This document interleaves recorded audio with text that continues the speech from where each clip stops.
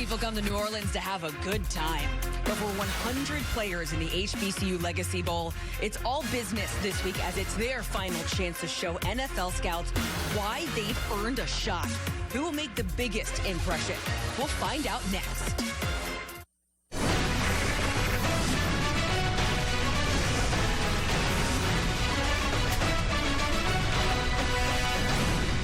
Welcome to steamy but beautiful New Orleans, and look at that shot from St. Louis Cathedral right on the banks of the mighty Mississippi.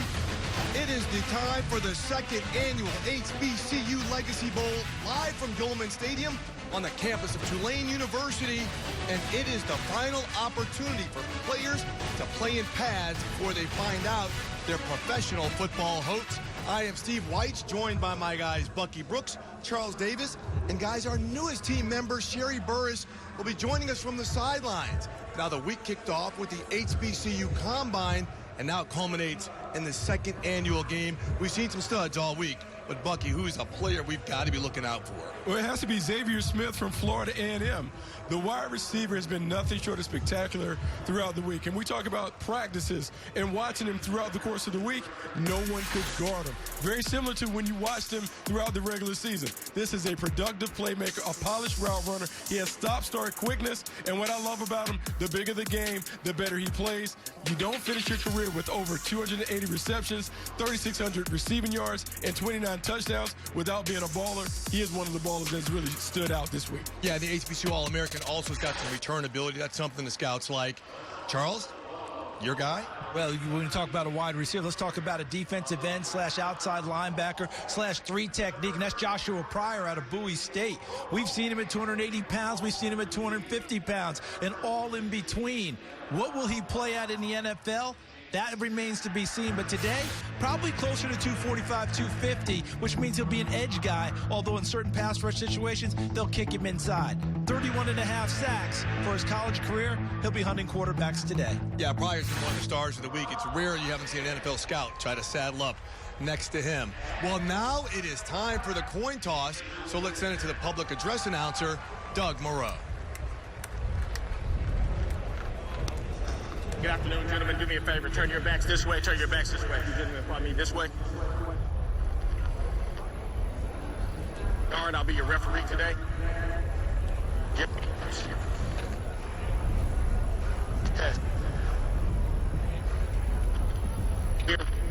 We want to give you guys the opportunity to showcase your talents. Team.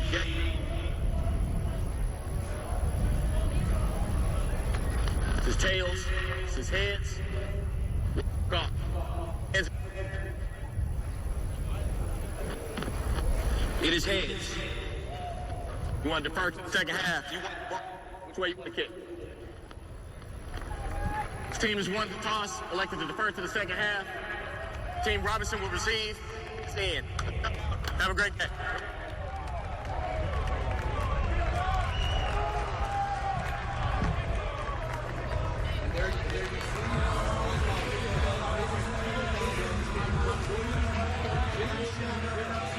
They started this game, James Harris and Doug Williams. You're looking at the co-founders of the HBCU Legacy Bowl, two Grambling greats, two greats in the NFL as well. As we know, Doug Williams, the first black quarterback to win a Super Bowl, and James Harris, the first black quarterback to start a regular season. And now it is time to hear from our newest team member, Sherry Burris, down on the field. Well, Steve, every HBCU conference is represented between players and coaches. There are 2 head coaches, an offensive and defensive coach for both Team Robinson and for Team Gaither. Now, Team Robinson's head coach their roster is mainly SIAC and SWAC players. Their coaches are Benedict College's Chennis Berry and Southern's Eric Dooley. And now players and coaches, guys, they're just as fired up for off as we are. Let's take you inside Team Robinson's locker room. It's just football. It's football. That's all it is. You've been playing all your life. It's football. Nothing no change. Gotta have fun. It's football. That's right. That's all it is. Make a play. Who can make a play? That's all it is. Ain't no change. Ain't nothing no change. Blocking and tackling. That's what they call it. Blocking and tackling. Ready to go, man. All right, well, how bad's that to get you pumped up? But on the other side, the CIAA and MEAC makes up most of Team Gaither. They're led by Richard Hayes Jr. from Fayetteville State and Trey Oliver from North Carolina Central University. We finally get to see what they've been working on all week, Steve. Well, thanks a lot, Sherry. And as we saw, Team Robinson in the black jerseys will be getting the ball first. Team Gaither will be kicking it off. And guys, you've got some interesting kickoff rules because the team that kicks it off, they will get the ball at the beginning of the second quarter.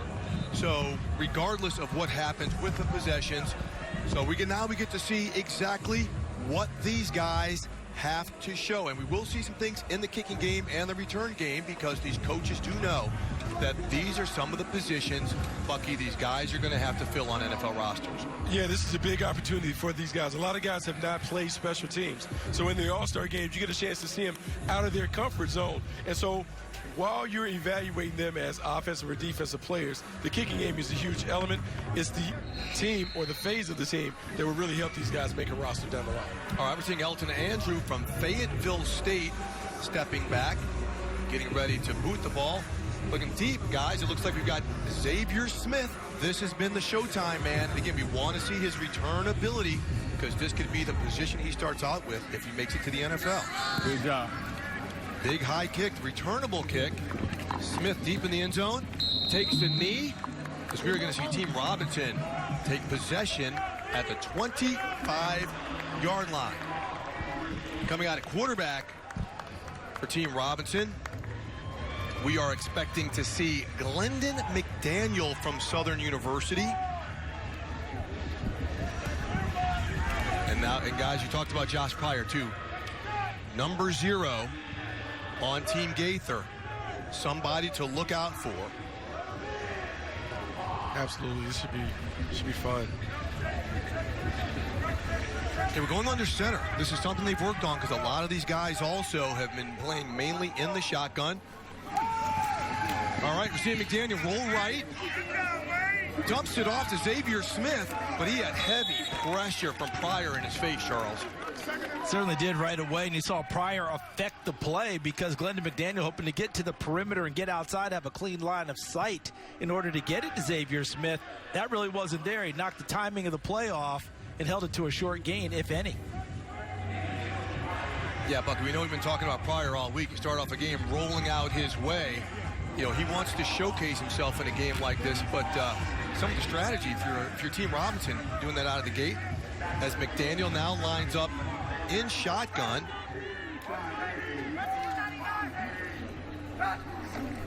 Takes a low snap, hands it off, an inside run, nothing doing at the middle. All right, we saw the big stop, again, nothing doing, but now it's time for today's Pfizer Impact players for Team Robinson. Guys, who should we be looking at here on offense? Yeah, when they hand off the football, you want to see number 0, Emmanuel Wilson out of Fort Valley State. A monster year, 1,371 yards, 17 touchdowns on the ground. He's not a dancer, he's a thumper. Look, when you're looking at Team Gaither in white, keep your eyes on number 10, Triple B's, I call him, Brandon Barnes-Brown, outstanding playmaker, 13 interceptions on the year. Yeah, Brown might have an opportunity right here. It's 3rd and long, but they go the opposite side of the way. Pass completed from McDaniel to Xavier Smith, his favorite target, but it is short on the first down. You had Ali Shockley on the tackle as we're lining up for punts. Now, guys, some of the rules with punts, no pressures up front. They're going to take 2 or 3 steps towards the line of scrimmage, but there is return game in here. Again, the return game is something everyone wants to see, from blocking the gunners to the actual returning of the football. We've got Hicks back to return the punt for Team Gaither. Nice punt. He's got some room to maneuver. He runs it left. He's got some blocks. Hicks takes it, gets out of bounds at the 40-yard line before he is finally pushed out by Devin McCoy out of Clark, Atlanta. All right, guys, now we've seen Team Gaither. Looks like Dion Galat, the quarterback out of Bowie State, is going to open things up here, an all-CIAA quarterback. They've got some weapons here, too. Let's see if they can move the ball. Yeah, they should be able to move the ball. Galat is a terrific playmaker. You talk about a guy who really dominated in the CIAA. Let's see if they can get him comfortable early. Look for a quick little bootleg or something out to the flat early. See if we can get some completions. All right, and Galat lines up in the shotgun. Low snap. Kaz has problems handling it, just falls on it to maintain possession. About a 2-yard loss. And these are some of the early nerves we see in these All-Star games, Charles. But wait, let's get to the Pfizer. Again, the Pfizer Impact Players of the game. Let's go to Team Gaither. So when you have Team Gaither, keep your eyes on number 9, Darius Hagan, the running back. He's an outstanding playmaker, terrific during the combine, but he's also a guy who has that rugged running ability that you love. And when he gets on the field, in black, number 44, Andrew Farmer from Lane, another terrific pass rusher today. Hand up. Oh, a big hit. Ball is handed off to Alfonso Graham from Morgan State, but man, was he tagged on that run up the middle. Looked like number 30 came crashing down on that big hit. We got there Stephon Pierre with that hit. Wow. That's how you size somebody up out of the gate and get your presence known. Yeah, the young man out of Albany State diagnosed well and got right to the play. All right, another 3rd and long that we're seeing here. Both teams going 3rd and long on their first possessions. Galat with a throw. Pass broken up by Team Robinson. The number 5 on the breakup, Kayron Kinsler from Alcorn State. Here we go on the replay, guys. So you see simple drop back pass, trying to get it out quick in the seams. Just a great break and drive. Terrific play by Kinsler. All right, Jacob Young back to punt out of Fayetteville State. Oh, and Xavier Smith again back on the return. Let's see if they kick it to him. Looks like they're having some issues getting set on the punt team. Don't have the personnel in place. Missing a personal protector. These are some of the things that happen in All-Star games. Trying to get the substitutions right. Even though you go through all those walkthroughs, sometimes it's hard to get the right 11 on the field at the right time.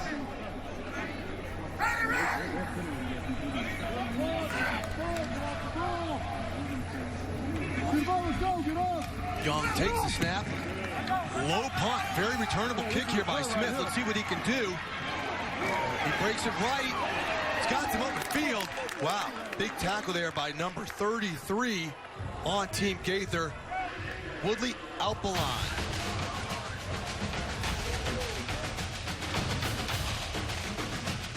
The 2023 HBCU Legacy Bowl is brought to you by Coors Light. Never drink and drive. And remember, 21 means 21. Celebrate responsibly. Coors Brewing Company, Golden, Colorado. Bowl, we are scoreless in the first quarter. Now you see the team namesakes in white. You have Team Gaither named after Alonzo Jake Gaither, the legendary Florida A&M football coach. You see the record, 203, 36-4, and in the black uniforms, Team Robinson, named after the legendary Eddie Robinson. And Charles, you know, those two teams, those Grambling and Florida and A&M teams and those coaches had some legendary battles. They absolutely did, and obviously it wasn't just the coaches, the players they brought in, and the school pride for each. All right, we see the handoff to A.J. Davis off of right tackle, but still nothing doing for Team Robinson's offense as again Glennon McDaniel in at quarterback. Yeah, A.J. Davis is really interesting. This guy started off at Pitt, physical running back. When you see the size dimensions, you really can envision him being one of those short yardage specialists, a 4-minute back. Love the size and the stature and the physicality that he runs. Had a big year a couple of years ago at Pitt, ran for almost 600 yards in Mountain before transferring. Yeah, you saw they gave him a fullback on that play, but nothing doing as Team Gaither's Jason Bryant comes in and makes a nice play. Uncovered, but boy, he came in and wrapped him up for no gain on that play. So now we're looking at 3rd and 9. Ball is spotted on the 29-yard line for Team Robinson as they try to get something going. So these All-Star games can be a little tricky, trying to get the rhythm and the cadence early in the game, trying to find some flow. They've gone to 21 personnel, 2 backs, 1 tight end, trying to up the ante when it comes to the physicality of the running game. All right, McDaniel back in shotgun.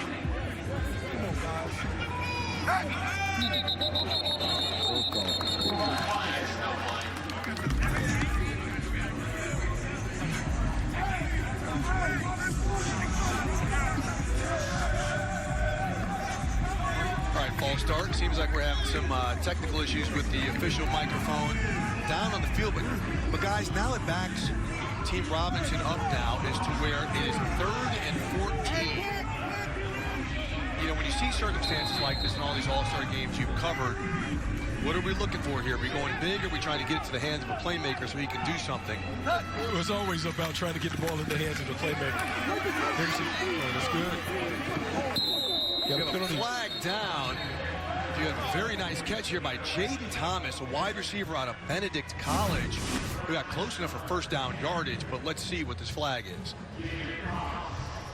Is Jaden Thomas wearing 10 now? Jaden Thomas is wearing 10. We saw a holding call on the offense, so now Team Robinson looks like an illegal hand to the face as well. Multiple flags. Again, we cannot hear the official on the call. Roy Bernard, and this officiating crew made up of a group of people who are all in the NFL developmental program for officials. As we try and bring more officials along, we'll see them operate today. They'll operate at different positions throughout. So sometimes the letter on their back doesn't correspond to the position they're officiating, so they continue to move.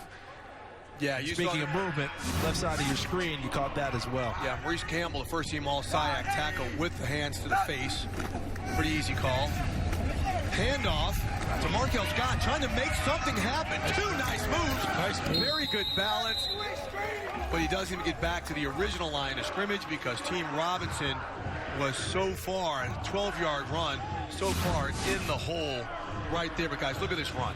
Really like the run. And what I like about this is at the end of the run, the jump cut and the finishing skills. So even though it didn't produce a first down, it certainly helped scouts get he got some attention from the scouts on that one. And you like the end of the run. How about the beginning when Devin Harrell, number 50, shot the gap and was in the backfield, made him miss initially in order to get that run started. All right, Chris Fadul on the punt takes a low snap. Fadul out of Florida A&M. They're just going to let it bounce. Team Gaither can get something going on offense. A little extracurricular activity going on here. Okay. Right, 32-yard punt. The ball is going to be placed at Team Gaither's 45-yard line. Bucky, you've done a lot of these all-star games. Again, you talk about it's difficult to get into the cadence. What's usually an icebreaker? So look, you're looking for that first big play to settle the nerves down. All the quarterbacks are nervous. A lot of the players are nervous because, look, the scouts have been here. They know the scouts are watching. It takes them a little while to settle in and play like they've always played throughout their time in college. Okay, and we've got Alfonso Graham from Morgan State back in the backfield next to Galat, who's in the shotgun. Takes a drop, climbs the pocket under pressure. Nice run on the left side of the field, but we have a flag down. We see what that's going to be. 94 for Team Robinson on the pressure. Defensive end Cameron Peterson out of Southern. Charles, we've seen a lot of scouts saddle up to this nice-looking prospect. 6'5", 280 out of Houston. And he had trouble getting back there because I think Christopher Simon, number 72 out of South Carolina State, he's going to be the one that they charge with the hold on the right side of the offensive line. You know, you can see it right there. Clear and blatant grabbing. It's going to be hard sometimes to deal with these guys. You're working on the offensive line. 5 guys, they don't necessarily know each other. Their program is not in the talk back, by the way. Bigelow dropping back out of the gun again, tries to climb the pocket under pressure. He just gets knocked down. Wow, a lot of pressure brought in by Kevin Victorian out of Prairie View A&M. Remember, it's down by contact. Right, down by contact, not college rules. We're playing NFL rules here. You know, one of the things that Kevin Victorian has been able to do is he's been able to take what he displayed during the combine and put it into practice. One of the best performers during the combine early in the week. We continue to see him dominate in practice. It's not a surprise that he's already off to a good start in this game. Okay, we got another flag down on the far side of the field. We'll see now if Coach Dennis Berry decides to take this, if it is called on Team Gaither, which it looks like it will be.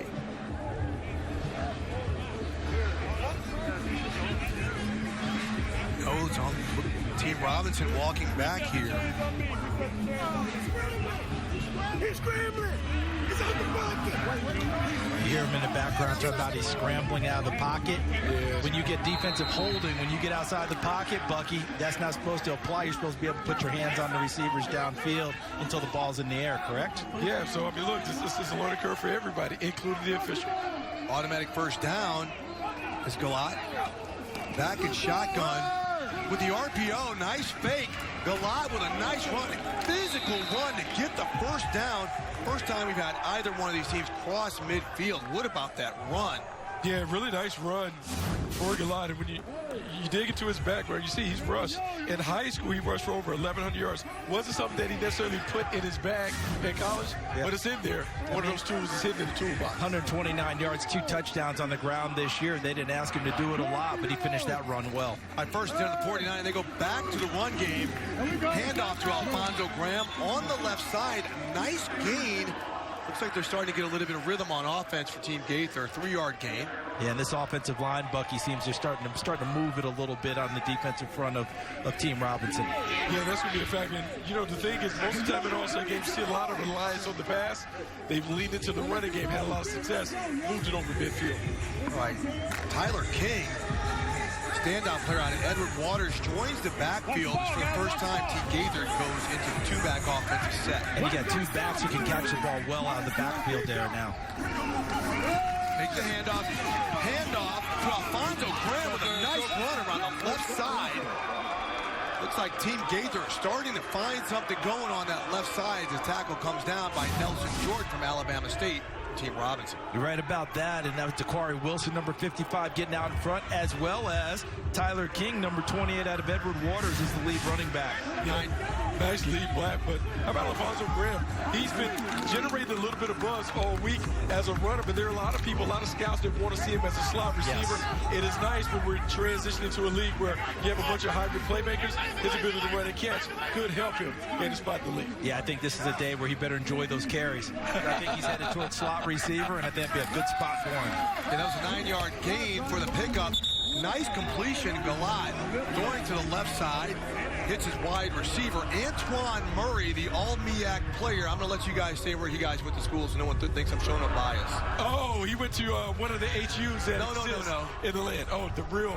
That's what we're doing. He went to the Capstone. Just go ahead and say it. He went to the Capstone. He went to Howard. Hey, guys, let's send it down to Sherry Burns.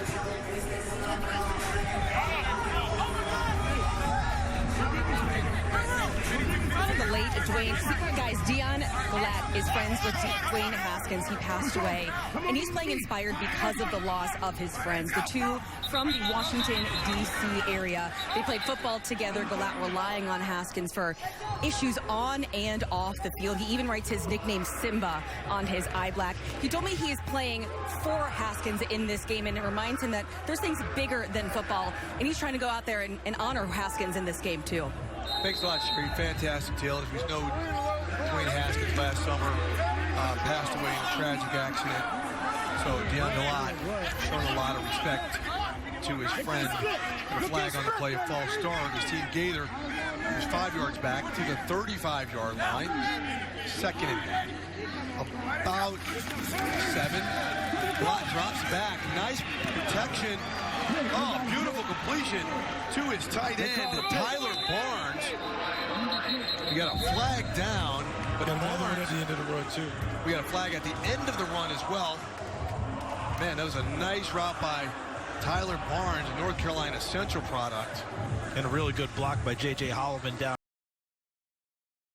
when they signaled with the flag, but that extra yardage was due to the block by Holloman out of Tennessee State. You know, that's what you want to see. You want to see your receivers downfield cover up, block. So we got offsetting on this one. Yep, we have offsetting. So we're going to take this back. Play never happened. That's right. Bucky, quick question for you. As you're watching them start to move the ball a little bit on the ground, do you feel like it's translating to Dion Gallat being a lot more comfortable and getting in better rhythm throwing the ball? Yeah, well, I think so. And I think the thing with Gallat, running the ball probably helped him calm his nerves. But then the pass game. There's the late hit right there. There's the personal foul. He's 3-4 yards out of bounds. Did you not watch the AFC Championship game? Can't do that at all. All right, hand off to King. This is the player we wanted to see. Nice run up the middle, but he is stacked up on the inside. It looked like Cameron Peterson and Devin DeRosso making the play. Getting some nice penetration. You know, the defensive line play, we've heard coaches all week say that's the strength of both teams, the defensive interior. We've seen that for a good ways. And, you know, you're seeing Cameron Peterson out of Southern Again, he's someone who looks the part, has gotten a lot of attention from scouts this week. He certainly has gotten a lot of attention. One of the things to think about, one, it's a warm day. These guys haven't played a lot. The more you run the ball, you could see a little fatigue and some big plays happening. Right, big third down here, about 3rd and 6 for Team Gaither. As Galat drops back, oh, he had a receiver wide open, but he took a big hit. That ball tipped as he went through, in addition to taking the hit. Yeah, that one like died. Ronnie Thomas from Mississippi State deflected it. Yeah, Mississippi Valley State, Ronnie Thomas, a Delta Devil, and that affected everything because Deion Galat trying to get it to the receiver down the seam, trying for the strike upfield. All right, so interesting situation. 4th and 6, Team Gaither lining up to kick it. Elton Andrew, the kicker from Fayetteville State. I think he just short-armed it. I didn't see the ball getting tipped. He had a guy down the seam and just never really got it there. All right, this is going to be a 50-yard field goal attempt. Got whistles blowing here. Flag.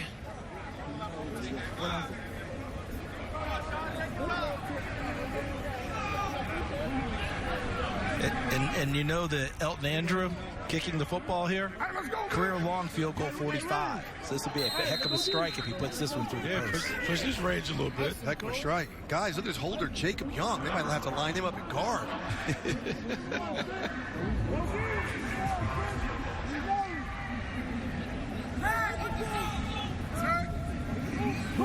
Good snap. Didn't get, he got under it a lot. Looked like Charles Davis's with the 3-wood. That'd be more iron play, but the point remains. I get it. All right, we'll stay scoreless here. And when we come back, we're going to hear from quarterback Jameis Winston. Subway keeps. All right, seeing the fishing boats there on the mighty Mississippi. Maybe catching some shrimp. You know, maybe have a little etouffee a little bit later on after the HBCU Legacy Bowl. We're still scoreless with 2 minutes and 57 seconds left in the first quarter. Back here at Yeoman Stadium at Tulane University. And now we're joined by a special guest, quarterback Jameis Winston. Jameis, thanks for joining us here. No, it's a pleasure. It's a pleasure to be here. Look, one of the reasons why you're here is you have been an initial sponsor, an inaugural sponsor for this game. Why did you decide to get on board? Well, just the opportunity to help out these young athletes get an opportunity and exposure to what they deserve. Okay, so look at Team Robinson. Take the snap right here. Team Robinson had trouble getting things going offensively. They get to Xavier Smith, stud wide receiver from Florida A&M nearby. Yeah, right across the tracks. Right across the tracks from Florida State. Did he run a 4.3 the other day? He did. Oh they say he did. I got a few other scouts that's a little bit higher than that, but it's okay. It's okay. We're going to go 4.3. We've done that before. He is quick. I know this. He's 4.3 quick in the hole. Absolutely. I saw him on that punt return. He looked electric. I wish he would have got north a little bit sooner, but, man, he's exciting. James, when you come out here, I mean, like I said, you went to Florida State. You grew up in Alabama, so you grew up in black college football country. What's it like? You talked about opportunity to see some of these guys start getting their chances, especially last year. We had 4 players from HBCUs get drafted, 4 players from HBCUs play in the Super Bowl, and what you're trying to do to help them get more players into the NFL. Well, I think just creating an awareness of all athletes can have an opportunity at that next level if they are consistent in what they do, if they do have the talent. But HBCUs, they don't have the exposure that a lot of these Power 5 conferences have, or the facilities, or a lot of different things like that. So creating this game to basically put them on a platform to allow them to show their talents. Okay, there's your guy, Xavier Smith. After the play fake, catches the slant to get the first down as Team Robinson keeps moving down the field. We're within 2 minutes. And, guys, they want to see these teams within 2 minutes of each quarter run hurry-up offenses, right? It's something to help quarterbacks manage clock management. Bucky, how important is that as a scout to see how these guys think with the clock? Well, it's really important because football is all about situations and how you navigate those situations, particularly as a quarterback. So you want to see if those guys can keep the offense on schedule and eventually get the team down into the end zone. All right, is that that's Joshua Pryor? Joshua Pryor. Now, Jameis, you don't want this guy coming at you. I can take him. I can take him. All right, it looks like Team Robinson has called a timeout. Let's look at Pryor right here. What do you see? Well, I see him going around that edge. All right, James, stay with us. We're going to go to break as Josh Prayer breaks a big sack as it's still scoreless here at the HBCU Legacy Bowl at Tulane University. To the HBCU Legacy Bowl, and as the members of Omega Psi Phi say, it's hopping in here. And Q hop on. Joined by James Winston here with Bucky Brooks and Charles Davis. I know you guys saw a little bit of hopping going on when you were on campus as well, right? We did. FAM used to have set Fridays where the Greeks would go out there and put on some shows for us. Okay. So now Team Robinson second and long, about 2nd and 15, a little more than a minute left in the opening quarter here. So at this play, James, you were telling me something off camera. Drop back pass. Really nice play. Drop back by McDaniel across the middle. Again, they're running hurry up right here. Corey Rankin with the catch right there. Beautiful play. James, you were saying pregame something special really hit you. What was that about? Well, when you have the opportunity to be in the presence of Doug Williams and James Shaq Harris and Mel Blount and people of that nature, me as an African-American quarterback, seeing Doug, and he's a great mentor of mine, but standing on the field next to Shaq, like, just think about the legacy that they have. Like, when you think about HBCU Legacy Bowls, those two are the pioneers of this event. And they are also two pioneers of just African-American quarterbacks having success in the National Football League. So I'm just grateful to have the opportunity and to be in the presence of all these HBCU athletes and Hall of Famers, actually. Yeah, right. So you saw Southern quarterback Glenn McDaniel. RPO runs it, gets it out of bounds, and now Team Robinson is setting up for the field goal. Guys, Jose Romo Martinez, another Rattler from Florida A&M. Okay. One of the best kickers in the country. Yeah, formerly at Delaware State, 3 seasons, 2 years at FAMU. Career long of 51 with FAMU, and 34 of 46 in terms of field goals during his career there. Okay, now we have a stoppage in play. And James, while we have you here, we know spent the last couple seasons with the Saints, but now it's time to hit the free agent market for you. What's happening, man? You know where you're going to be? Well, technically, I'm not a free agent just yet. Oh, yes. I have 1 more year under contract, but, man, my main thing right now is making sure I stay healthy and be ready to play. Like, that's the only thing that's on my mind. I got to be ready to play because I know when given the opportunity, I'm going to look forward to taking advantage of it. Was that a little bit last year, a little bit of a push being healthy and being ready to play? Because I know you went hard trying to be ready, and I know you're not one to make excuses, but the sense I got was you weren't truly 100% while you were trying to play, to have that health to go out and compete as you normally do. No, I wasn't, but that comes with the territory. Right, that's good. It's part of the thing, but at the same time, it is so important to be able to show your best. It is, because the film doesn't lie. Right. And the film doesn't say... well, you know he was a little hurt that day. It doesn't say that, so you have to be ready for whatever. All right, Romo Martinez lines up for what looks to be a 42-yard field goal. Nice sidewinder, too, going from the left side. Left side, ball centered in the middle of the field. Good snap. Gets good leg on it. The ball is good as now we finally have some points on the board. Team Robinson, 4 seconds left. Guys, you finally got some scoring. And James, again, you know, before we let you go right here, you talk about being a black quarterback in the history of HBCU quarterbacks. You know, when you see some of these young men out here, you know, whether it's in this game or, you know, some of the other guys playing in the MEAC, SWAC, whatever, what is some advice you can give them about dealing with the on-field stuff, off-field stuff? Well, I think that's the beautiful thing about the game of football. It's like when you think about the stories that you had in high school and so on, it's about passion and love. But to these guys, I'm just going to tell them, hey, stay consistent in what you do. Continue to pursue your dream. Like, I think it's like 1% that makes it to the National Football League, but with all these different avenues, the XFL, the USFL, these players have an opportunity to showcase that they can belong in those leagues, and you never know. Like I say, the film doesn't lie. You get good tape on film. You just need one team to give you an opportunity, and you make the most of it. And you're one of the honorary captains today. Are you a captain for one of the teams or both of the teams? I think it's both, correct? So you can't lose today. You can't lose. No, I'm not losing. James Winston going home a winner today. We're in a win-win situation. That's always good. I like that. All right, well, James, we appreciate not only you joining us, but all you do in sponsoring these young men and spending a lot of your own money to make sure they get an opportunity to play this game, enjoy the week, and possibly meet some of their NFL hopes. No, thank you. It's a pleasure to be in the booth with y'all, and I just hope these kids, they show up and show out today. Yeah, get out of the booth and get back on the field. That's what There you go. All right. Team Robinson up 3-0, but Josh Pryor says no. We got more coming to you. Welcome back to the HBCU Legacy Bowl for year 2. For nearly HBCU Legacy Bowl played at Yulman Stadium here on the campus of Tulane University, where Team Robinson, made up of mainly players from the SWAC and SIAC, is leading 3-0. Now here's some of the rules of the game. The offense, you must have a tight end on the field in a balanced formation. Defensively, an even front. 4-3 personnel, no blitzing, and Team Gaither will get the ball to start the second and third quarters. As you see, Team Gaither on the field with Jalen Fowler, North Carolina A&T, in at quarterback. Team Gaither in the white, number 11. Tries the handoff, hands it off to Alfonso Graham with another nice run by Graham. Guys, he's having a very strong game. A very strong game. He's racking them up. And we talked about it. 5'10", 180 pounds. He projects as a slot receiver, but he certainly showed the ability to run the ball effectively with the ball in his hands.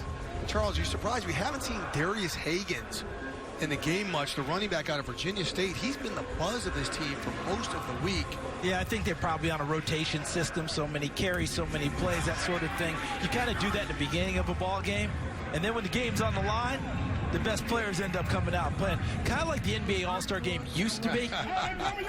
You know, where down the stretch they actually played and competed, and somebody wanted to win. Well, you know, Graham, by the way, you asked for him. Here he is. There's Hagans. Oh, big-time tackle. Big-time play by Jamal Dorsey out of Langston University. Wow, Hagans on his first carry gets corralled. Okay, now we're seeing running back Alfonso Graham. Look at the moves. Yeah, it was the explosiveness. I think that's what was intriguing when you watched him at the combine on Monday. This is what we're talking about right there. You see him catch the ball. You see him change direction and those things.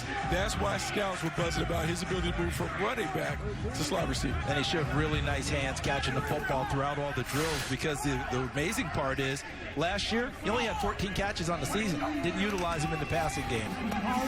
Oh, and we see Fowler with the fake to Hagans, drew a hole out, open, and plunges forward for about 4 yards for the first down. Guys, Team Gaither offensively seems to really kind of have things going, even though they're rotating personnel in. Yeah, they do have it going. And going back to Graham, you talk about the combine. One of the reasons why you want to have a combine to showcase these players is so you can dig into their background. Somebody got with only 14 catches during the regular season, but then in the combine, you see he does have soft hands. He runs nice routes. It gives him an opportunity to play in the league.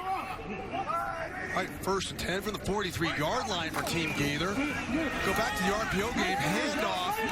Nothing doing for Hagans. He is a marked man. As guys, Cameron Peterson showing up again for Team Robinson. Yeah, he was there. Looked like Stephon Pierre, number 30 out of Albany State, was there. Cameron Peterson holding the point of attack, Bucky, and then there was a swarm of black jerseys to follow him. Yeah, swarm of black jerseys, but you talk about Cam Peterson being able to really put his hands right in the middle of the center's chest, work to get off, make the play at home. Man, that is a nice move for him. Is that what you as scouts would call having the heavy hands to be able to take that control of the I like when I'm trying to get you in there. Terms. I like the scouting terms. You're right. Put his hands on, shed, quick disengage. Exactly what you want to see from the interior play. 2-yard loss for it's now 2nd and 12. Nice pass. Hit Zach Leslie. 6'4", 210 wide receiver out of North Carolina A&T on the left side. Brings the ball back to the 40-yard line for Kieran Kinsler out of Alcorn, makes the stop. Yeah, and for Kinsler, what you're looking for as an evaluator, can guys tackle in space? It has now become really imperative that your DBs on the perimeter have to be able to make one-on-one tackles. That's where the game is going. You have to have guys that can tackle. No longer can they make business decisions. Did you like his positioning there when the catch was made and how he took away the inside cut? Really good job. 3rd and 8 on the 40. Oh, a nice little delayed handoff. Just Torian Taylor. Team Robinson responds quickly. There's that guy again, Cameron Peterson. Pursuit from the defensive tackle position. A nice look a little bit. Watch the pursuit, guys. Well, I mean, that's a part of it. You know, you don't want to say that you have to coach effort. You want guys that play hard. And so playing hard in the National Football League is a skill, is a trait. There's a reason why guys who have high motors tend to stick around a long time when they have an opportunity to play. Claude Sherilis also there on the tackle as Jacob Young from Fayetteville State lines up to punt again. Team Robinson's defense really comes up after giving up a first down with a nice stand right there. Looks like number 3 for Team Robinson, Ja'Cory Rankin, back on his own 15-yard line to corral the punt. And as a returner, it almost becomes a rugby or lacrosse. You're just evading back there because the Gunners, it takes a while for them to get there. All right, Fair catches it at the 7 or 8-yard line. he had Bucky, he had almost 10 yards of room. Yeah, somebody has to tell him in All-Star games, we don't fair catch. Got to go score. All right, Team Robinson up 3-0 here in the second quarter. We'll be back after the break. Canal Street here in lovely New Orleans at the HBCU Legacy Bowl. And now let's send it down to our Sherry Burris on the sideline with a special guest. Yeah, thanks, Steve. We're here with Kevin Kaplan, director of the HBCU Legacy Bowl. We appreciate the time and this event. This is the second year. What impact did you see from the inaugural event? Well, what's really great is we're now in the 35th anniversary year of Doug Williams winning the Super Bowl. A history made 35 years ago, and now we're celebrating the HBCU Legacy Bowl, where last year over 40 players either got drafted, selected the NFL draft, signed a rookie free agent contract, or were invited to a rookie minicamp.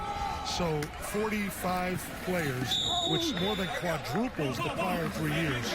Now that's progress. And you guys focusing on not just the athletics here, but also an incredible career fair yesterday. What do you hope that everyone took away from that event? No, absolutely. So this is a week of opportunity. It's to make an impact, to lift the HBCU community. You know, a lot of people talk about diversity, equity, and inclusion. And we want to invite everyone who's committed to this promise to join with us, to really make a difference, to give kids great opportunity and a path to great success. We appreciate it, Kevin. Thank you so much. Steve?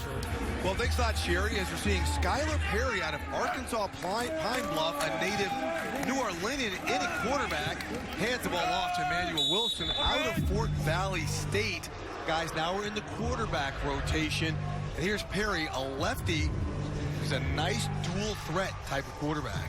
Yeah, dual threat playmaker. What you want to see is he going to take advantage of the tools that he has? We saw Deion Galot get off running the ball, have a little success that way. Let's see if Skylar Perry follows this.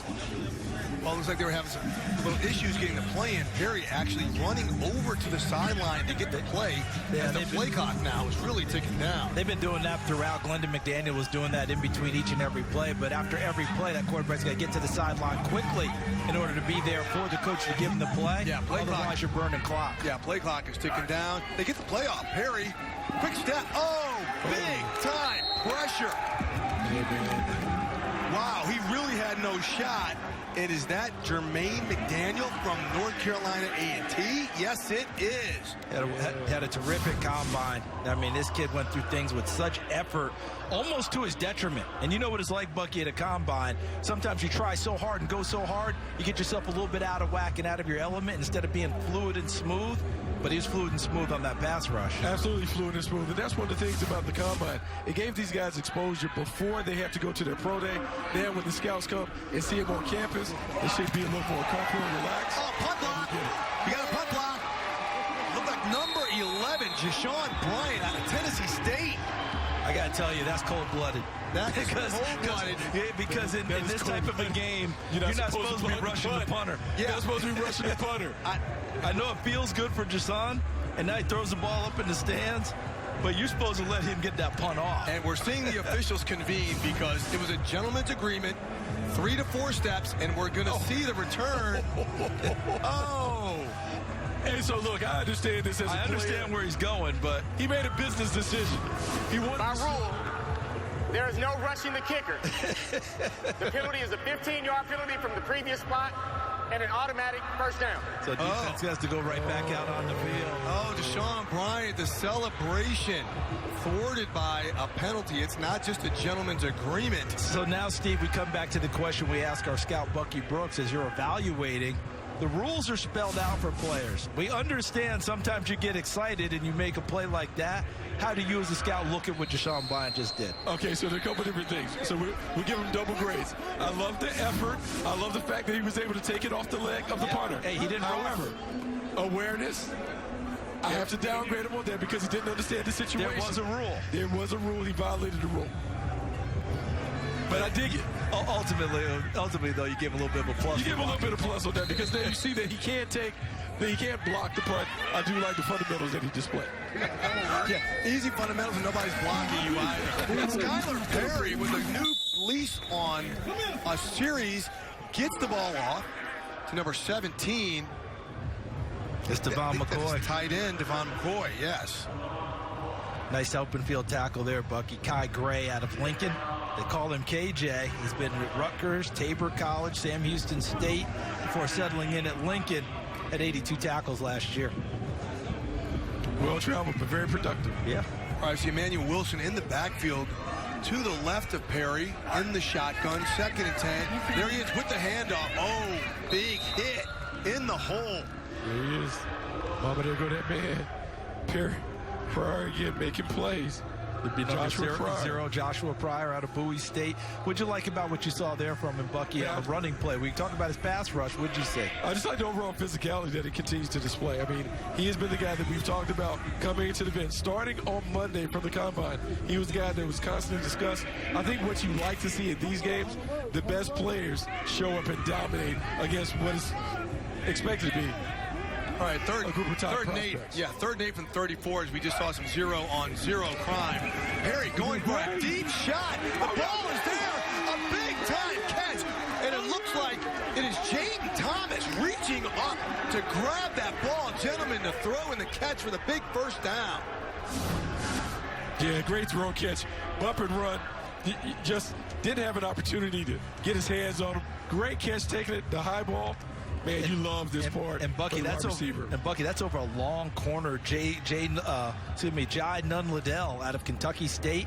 He has the build and the look of what we call the Seattle corner with all that length. Still had to get the ball up and over, and Thomas went up and took it from him. Yeah, the thing he'll learn, he has to be better at the line of scrimmage. You want to use that limb. Didn't throw his hands, made it a track meet. He lost on that one. Yeah, 27-yard completion as they move across midfield. Skylar Perry on the scramble, touching. Oh, takes another big hit. Yes, the flag looks like it's coming in. 54 with the big hit. Wanye Majette, linebacker out of Elizabeth City, on the run by Perry. Who, guys, even though he's a dual threat, he looked like as he was scrambling, he was still looking to throw it most of the way. Well, he took off and became a runner. So the protection of the quarterback changes now because he actually became a runner downfield. See what the call is. Personal foul. Unnecessary roughness. Defense, number 54. 15-yard penalty. Automatic first down. So they're probably saying, Bucky, that he hit him in the head and shoulder area, neck and shoulder area with force. Let's see if that's what it turns out to be. So now it's a late slide. Yep. But he did. Shoulders right in the head and neck area. He actually ended up hitting much more of his own teammate, but he did catch him across the top as he grazed him there. That's what the officials caught, detected. And our head referee on that play, that was Roy Bernard throwing the flag. Gentlemen, even though this is a college all-star game, we're playing a lot of NFL rules, and these are things that we don't see happen in the NFL. A lot of things they have to learn. Yeah, absolutely. 1st and 10 on the 19 for Team Robinson as they are driving. 2 big penalties on Team Gator, allowing them to get down this far. There he takes a shotgun snap. Quick look. Gets the ball out to the sideline. Looks like he gets the ball to Ja'Cory Rankin, number 3 out of Mississippi Valley State. Bucky, what are you seeing out of this quarterback so far? This youngster by the name of Skylar Perry, who's a 53% thrower in the regular season, looks more accurate than that today. Certainly has. They've done a good job. Eric Dooley, those guys have set him up for success. Quick rhythm throws, things that are easy to complete. He has his confidence, his rhythm. Also displayed a little dual threat ability when he broke the pocket and ran for a little bit. Guys, do you think they're doing that because number 0 has been lurking pretty heavily on the other side? He better get rid of it quickly when he's on the field. Guys, as we see Perry out here, it's interesting. He is a lefty. Had a chance to talk with him this week about that, and he said that is one of the #1 questions he gets from the scouts that he met with. I'd be interested in hearing from you, Bucky and Charles, what you think about him being a left-handed QB. Doesn't mean a whole lot to me, Sherry, if a guy can complete a pass. I mean, I've never understood this whole idea of lefty-righty. Steve Young was a lefty, wasn't he? He was a lefty. Now, the only thing I know it's the spin when it comes, the ball spins a little differently, and so it takes a little time before your wide receivers. The ball kind of tends to tail, but it shouldn't be that big of a difference when you get to the next level. You played wide receiver. If you had a good left-handed quarterback, you figured it out, didn't you? Well, you do figure it out. I think for the coaches, though, you got to remember, most coaches are taught, hey, they're working with right-handed quarterbacks, so the offense is more pro-right. With a left-hander, you got to flip your brain a little bit. Make sure you got some of those left-handed plays in the playbook. Let me help you with this one. If you can't flip it for a good left-handed quarterback, you're a lousy coach. Skylar Perry with the fake, rolls right, under pressure, delivers it out of bounds. He takes a big-time hit. Number 15. Keyshawn Moore out of Hampton. Keyshawn Moore, wow. Keyshawn Moore's a really good looking. I mean, he meets the eye test as well, guys. Watch him close, Bucky. Oh, man. You talk about that guy. He also comes from an HU. You know what I'm saying? Hampton University. Oh, you trying to sponsor?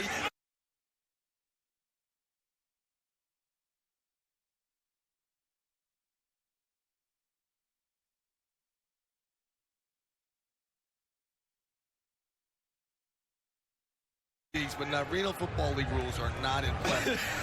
Romo Martinez. That took me all the way back. I know the word doink is in vogue, but that was more of a bong off of the side of it. Yes, it was. As Team Robinson held scoreless after a for nearly 90 here at the HBCU Legacy Bowl. Washington Commanders General Manager Martin Mayhew in the house. He's been here for most of this game, and guys, the Commanders also have shown up big in a lot of different ways this entire week. Yeah, it's been a tremendous opportunity. Jason Wright talked to all of the participants at the career fair. He's the team president. Team president of the Commanders. He talked to everybody about setting themselves up for life after football and beyond. And so this has been great to have the Commanders' support. Obviously, it means a lot, particularly with Doug Williams, one of the co-founders of the event.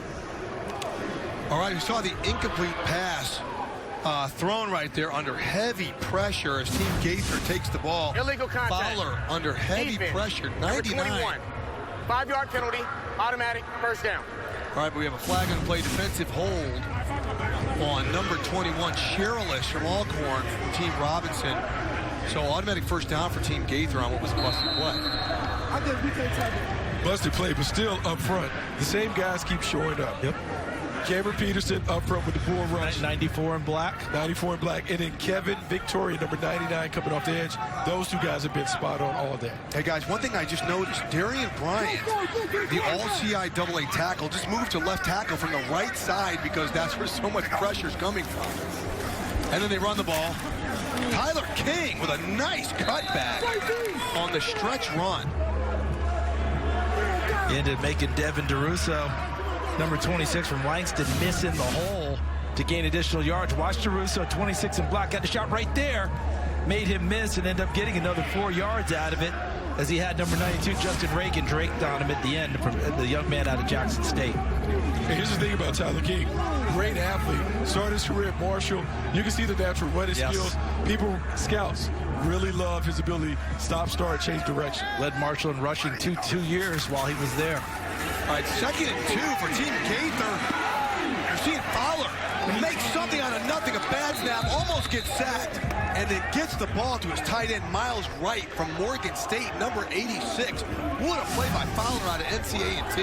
Yeah, and Bucky, number 86, Miles Wright. What's his primary position here today? Long snapper. He's also doubling as a tight end, had 7 catches on the year last year. And I watched him throughout the week. And he's one of those guys, when you watch him run routes, you don't think much of it, then you realize he's winning all of his routes.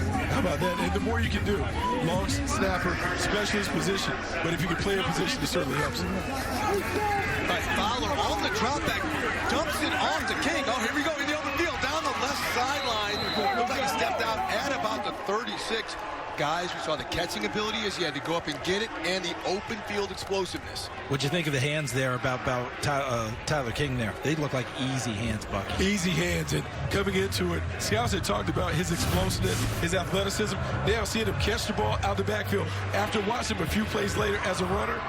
Yeah, you might want to put a little circle around Tyler King. He's got certainly entry. He did a nice job at the HBCU Combine, opening a few eyes. A lot of people talked about him and his receiving ability as well. A little bit bigger in terms of frame than Alfonso Graham, who we talked about earlier. Right, Fowler drops it back, gives the ball to number 19, Zach Leslie. Well, he's met with some contact, doesn't catch it clean. Who is that coming inside out? That was number 51, Torek Cooper out of Texas Southern. Watch 51 in black right there. Come from inside out the linebacker position to put a big pop on the receiver. About a 4-yard gain on that play, but I think Cooper and I better get the toll taker. All right, we got the 2-minute warning here in the second quarter. Team Robinson leads 3-0, but Team Gaither is driving. The HBCU Legacy Bowl, but do not go anywhere, because coming up at the half, the mighty Marching Hornets from Alabama State, ready to put on a show. As you say about HBCU football, it's more than a game, it's an event. Also, more than football, Charles Davis, our good friend Scott Pioli and co-worker, former Chiefs general manager, longtime NFL executive, also is doing something wonderful with the Pioli Family Fund and the Pro Football Hall of Fame and Black College Football Hall of Fame. Yeah, I'm going to hit it as soon as we see how this play results. Jalen Fowler trying to throw. Under massive pressure. Big-time play by Jason Dumas, who has been a stud this week. He's been terrific, absolutely terrific as a defensive tackle. But show about Scott Pioli, our friend, and this isn't something that he talks about, but Scott has endowed scholarships and endowed money from the Pioli Family Fund for HBCU's coaches and scouts, because they want to be able to give them direct financial assistance for them to go on and pursue their dreams. These are for people who are currently employed at historically black colleges and universities or graduates of HBCUs, and they're looking for career advancement in the game of football. And Scott and his family putting that money up there. They want people to know that it's out there. Apply for the scholarships, apply for the grants, apply for the money, and give yourself a chance to make a difference, have a career in the NFL. And, you know, this isn't something Scott's putting out. This is something we're doing because he's our teammate, our colleague. We understand it. Multiple-time executive of the year in the NFL, the New England Patriots. As you mentioned, Steve, former GM of the Kansas City Chiefs. But he does a fantastic job putting his heart up there and making sure that that works. So let's get that done for Scott Pioli, the Pioli Family Fund. All right, Team Gaither trying to rally just before the half as they've yet to get on the scoreboard here. Down 3-0 at the Legacy Bowl. Robinson up 3-0 with 1:02 left. But before they hear their name called in the 2023 draft, this year's top prospects head to Indianapolis to put their skills on display. The 2023 NFL Scouting Combine starts Thursday at 3 on NFL Network. Tell you what, I sure wish Xavier Smith from FAMU was going to the Combine. Yeah, that's wide receiver. Absolute shame he's not going there. Real quick, guys, 4th and 6. Team Gaither trying to go fourth and now 11. 4th and 11. They were kind of in no man's land. Ball start. Offense. Number 9. Yeah. 5-yard penalty. 4th down. Yeah, Hagens with the move, but because of where they are on the field, kind of again no man's land. Don't want to punt, don't want to kick a field goal. Looks like Team Gaither, they're on the 37-yard line on 4th down. Is going to try to get some points, or at least a first down. Yeah, change the play call. Remember, their kicker, it's going to be tough for him from that distance anyway. Remember the last time he kicked it, it made it about halfway there. So, you know, I think this is the right idea. Keep your offense on the field, change the play call, and try and pick it up. What do you think, Bucky? Yeah, so no, they got to push it beyond the sticks. This was one that penalty certainly hurt. Got the DBs pressed up. Yep. Hagens on the drop back, under pressure, steps up. He's got options. He's going to run. He throws it, gets the ball for first down, and good job. The ball is out of bounds. Miles Wright again, Charles. Another penalty flag on deep on the wing. So we got a little defensive holding, maybe? Yeah, I think that's what we're going to get. We got a D-hold, but do they decline it because of the yardage they got? It's only a 5-yard penalty.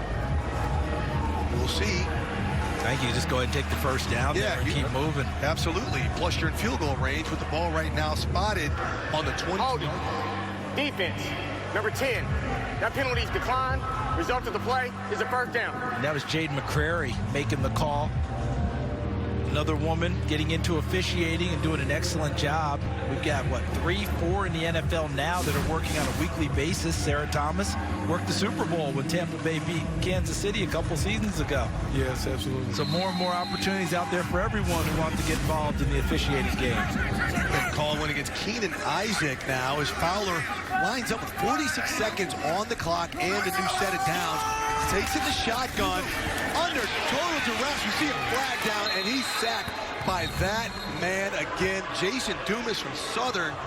He was first-team All-SWAC in 2021, second-team All-SWAC the year before that. But, guys, he has been dominant today. HBCU All-American 2 years ago, 70.5 for loss. Offense, number 76.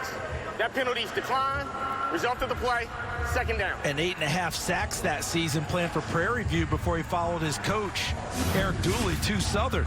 Watch the left side of the screen, number 1 in black with the second effort on the push and chases him down. Bucky, I saw him this week in the HBCU Combine. He's not big enough to be a defensive tackle in the NFL, but I think he has a chance to be a fullback. He has a chance to be a fullback, and he was utilized at fullback on offense. And here he is, talking about these guys up front, just dominating up front. When you see a lot of these calls, I'm pretty sure it's going to be another holding call. Is that just getting beat initially off the line of scrimmage and guys reaching and grabbing, Bucky? They're having a tough day right now. They're having a tough time. We talked about all these guys. Even in pregame, we talked about the number of pass rushes on both sides that could give the opponent problems. We're seeing that come to fruition. Personal foul, face mask, defense, number 94. 15-yard penalty, automatic, first down. This time it's a defender. Wow, taking advantage up front. Cameron Peterson, who has been a standout today, defensive tackle out of Southern. Right there. You see the hook? Got it up top. Ended up getting a hook right there as he made the tackle. He had done everything right. Won the battle initially. And on the finish, the penalty keeps Team Gaither going on offense. Yeah, it'll still be hard to count that against him. If you're a scout, he's been dominating. He's put together a nice little collage of film. Yeah, that's not going to keep you from wanting to take an even harder look at him. 23 seconds left is Jason Fowler, again the quarterback out of NCA&T, under total duress. Yeah. It's a jailbreak. He scrambles, throws a left, nice dump off as he gets the ball out to E.J. Hicks. Oh, what a play by Hicks. 11 seconds on the clock. Bucky, how many pluses are you giving on your scouting sheet for what you saw from the white team on that play in terms of individual effort? I'm thinking specifically Fowler, the quarterback, and Hicks, the receiver. Team Gaither. Yeah. Second charge timeout of the half. Dumas has a free run at him. He's able to escape. He then throws it back across the middle of the field, which you don't like, but it was a play effective. They get into field goal range because of the extra effort from Fowler. Yeah, he never should have been able to escape getting out of there. I mean, Dumas was the first one there.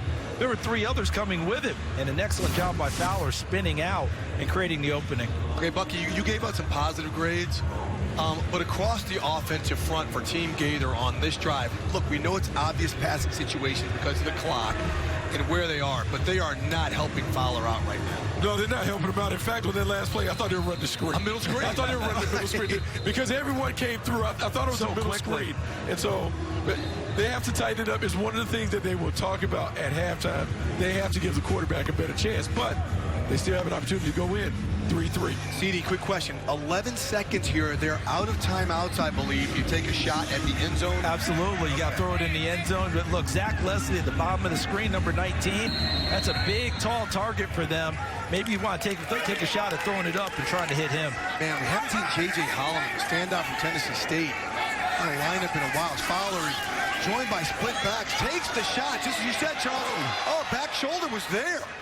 The ball was there for Leslie out of North Carolina A&T, but he can't hang on to it as Ray Estes was there on the coverage.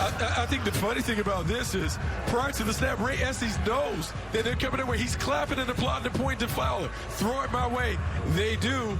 Aaron pass. He ends up winning because the coverage is pretty tough. Back shoulder. Ball was there. Okay, Aaron pass.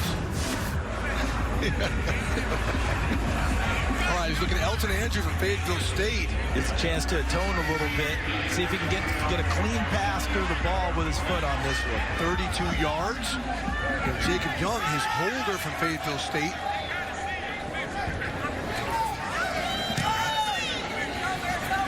It looks like it made it through, and we have a tie ball game with 2 seconds on the clock just before half. No, that was a great kick. 31-yard official kick. All right, again, going back to the All-Star game, offense sometimes doesn't materialize. Yep. So you take what you can get, right? Absolutely, but I'll be honest with you, the offenses on both sides have been better than I anticipated, just based on trying to get everything together and the chemistry and the camaraderie together, particularly on the offensive lines. So even though there have been some struggles, we have seen the ball move down the field for both teams. And I think what's been interesting for us this week, and I'll speak for myself, let you guys chime in, watching Team Robinson in black and watching Team Gaither in white. Team Robinson was a team you love coming off the bus. Yes. Bigger, stronger, appear more physical. But the organization and really the effort of Team Gaither has been impressive all week long. All right, Skylar Perry, no time on the clock, trying to make something happen, but this will be it for the rest of the first half, as it's knotted at 3 here at the HBCU Legacy Bowl. And guys, 3-3, but we've seen some outstanding plays, especially from some outstanding players. Joshua Pryor, Bucky, has shown up. He's been as advertised. He certainly has been as advertised. He was the most disruptive defensive player that we watched throughout practice this week, and he was able to carry that performance in practice into the game. And so as we're looking into the second half, let's see if he can dominate. Maybe he can cap it off with an MVP type effort. And you know who's emerged? Cameron Peterson's emerged in a big way. Number 94 in black and Team Robinson. He's stepping the way that the band is about to step at half. Yes, sir. We cannot wait to see the band from Alabama State, the mighty Marching Hornets. But before we get to them, our own Sherry Burris is joined by some special guests. All right, guys, I have Coach Barry and Coach Julie with us, tied now at 3 at the half. What did you like most about what you guys saw in the first? I'll tell you, more than anything, I like the guys flying around. They're competing. I mean, it's a competitive game right now. They're all out there having fun and competing, getting out there a little bit. But we got to clean some things up. We're going to go into halftime, clean a few things up, and see if we can come out in the second half ready to play. In a game like this, it's kind of hard to get guys to gel together. What more do you want to see to get that and keep it going here in the second half? Just continue to execute, and we saw that early on. You can see the butterfly from both sides of the ball, but I think as those guys got going, they got more comfortable, and now they're starting to work some of that chemistry out, and I think they're going to be better in the second half. All right, good luck, guys. Thank you. Steve? All right, thanks a lot, Sherry. It's 3-3 here at the second annual HBCU Legacy Bowl at Yeoman Stadium at Tulane University. And soon we'll be joined by the Alabama State mighty Marching Hornets. Oh, let's get it going. Yes, sir. It's time to party. Right back.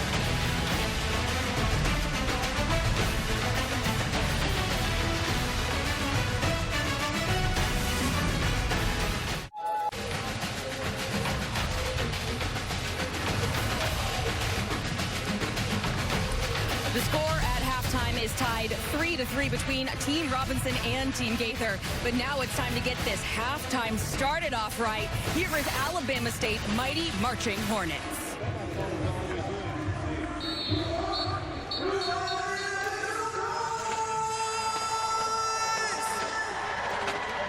Ladies and gentlemen, on behalf of Dr. Quentin Ross, president of the Alabama State University, Dr. Wendy Coleman, College of Visual and Performing Arts, Dr. Carly Johnson, chair of Department of Music, we proudly present to you the Alabama State University Mighty Marching Hornets!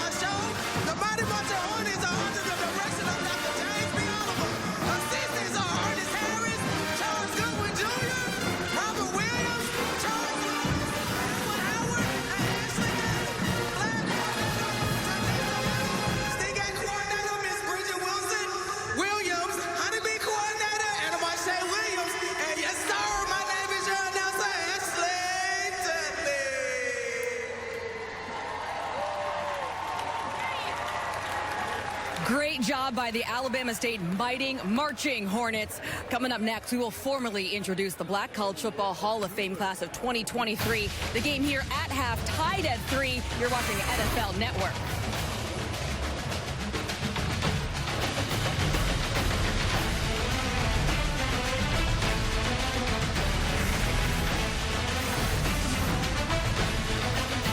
At Domino half, we are tied at 3 games apiece, exchanging field goals in this one.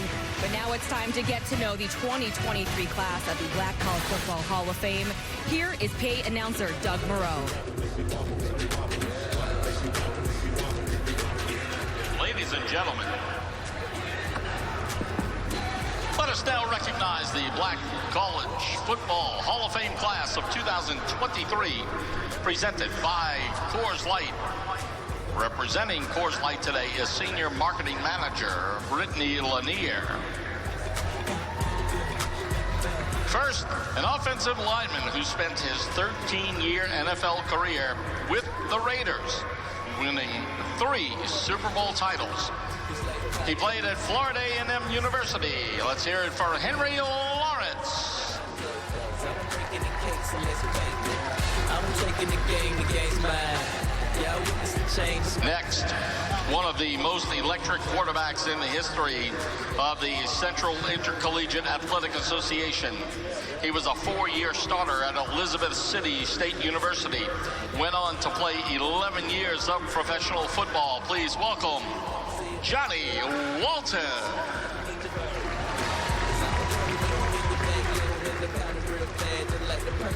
And finally, this head coach won 169 games in his career, along with 3 CIAA championships, 5 SWAC championships, and 4 Black College national titles. Let's hear it for Coach Pete Richardson.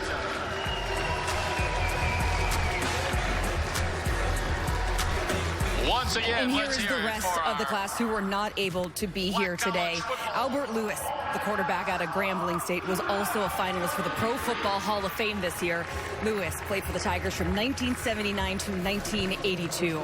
Then halfback Elijah Pitts from Philander Smith College. He played 11 years in the NFL, most notably for the Green Bay Packers, was a special teams captain for Vince Lombardi.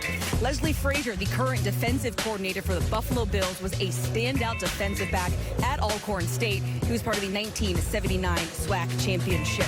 And Tyrone McGruff, the offensive lineman from Florida A&M, was a 3-time All-American player, led the Rattlers to an 11-0 record in 1977 as a sophomore. And finally, defensive back Jim Marsalis. He played for Tennessee A&I, which is now Tennessee State University. He was a first-round draft pick of the AFL's Kansas City Chiefs in 1969. Again, congratulations to the Black College Football Hall of Fame 2023.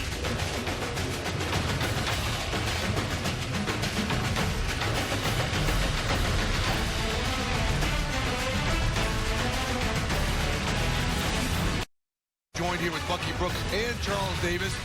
And guys, let's look at some of the highlights that we have here in the first half. Field goal attempt by Team Gaither. It was short and it was wide on the call. Now, see the big run?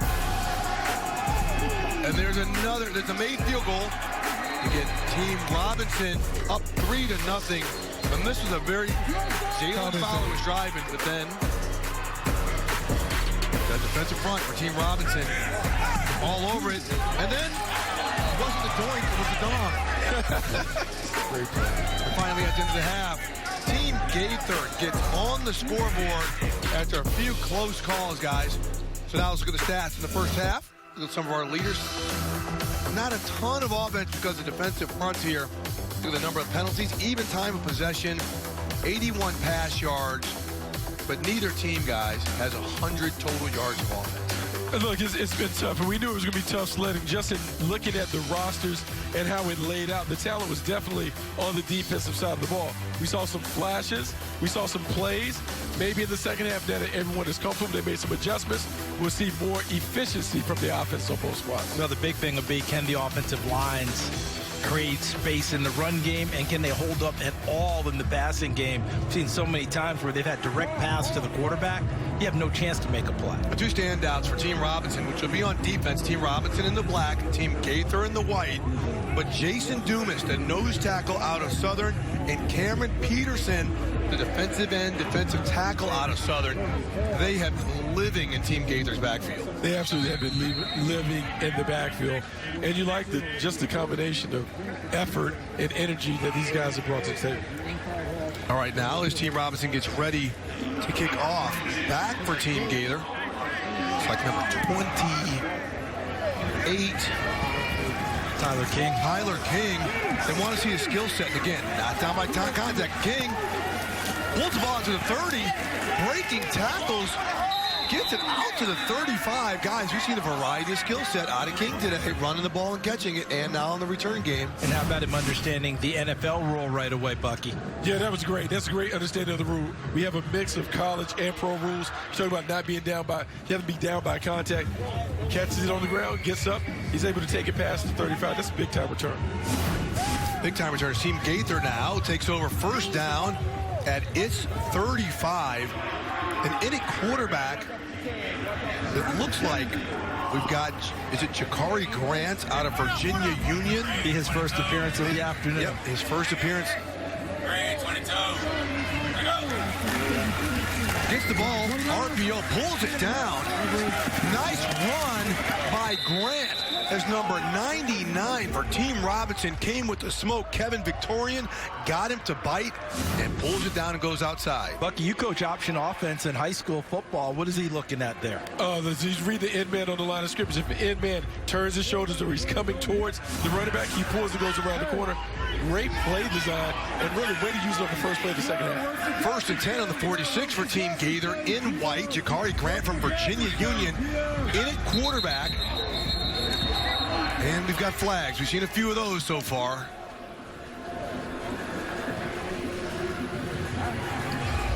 We got a false start.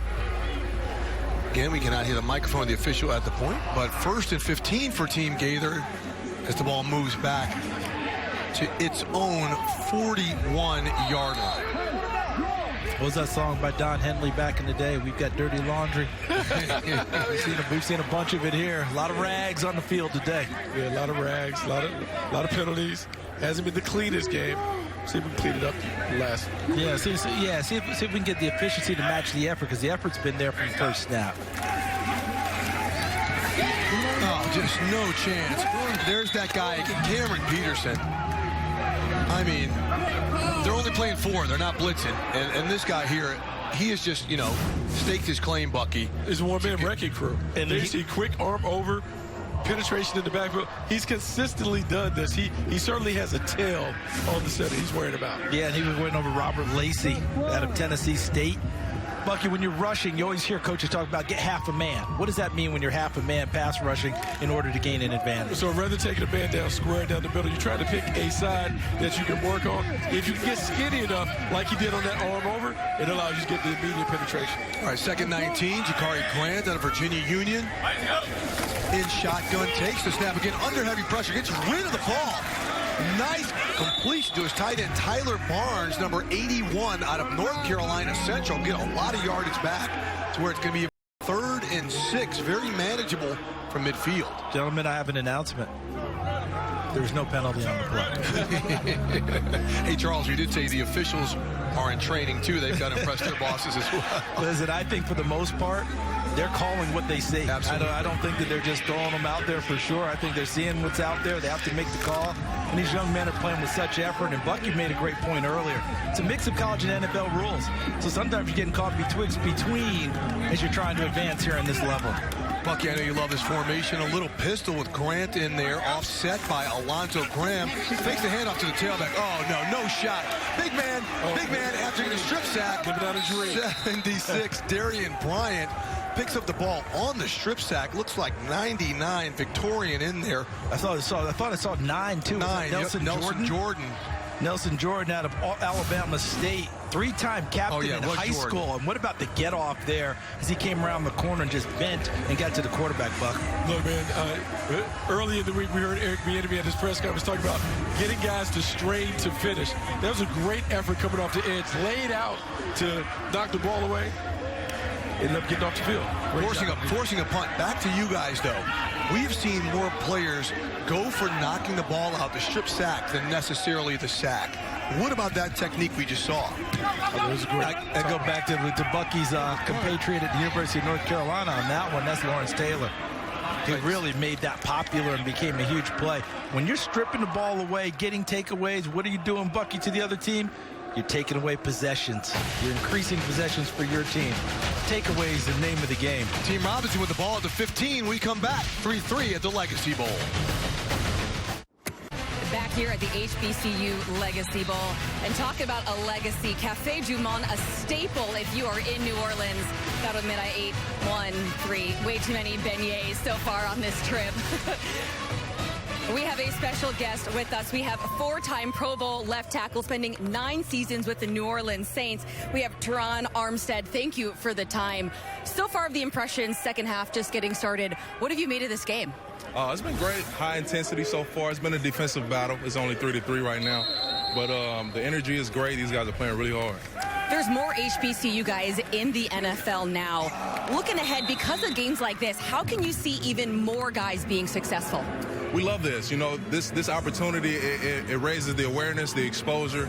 It's so much talent in these colleges and universities. So all they really need is the opportunity to showcase their skills and abilities.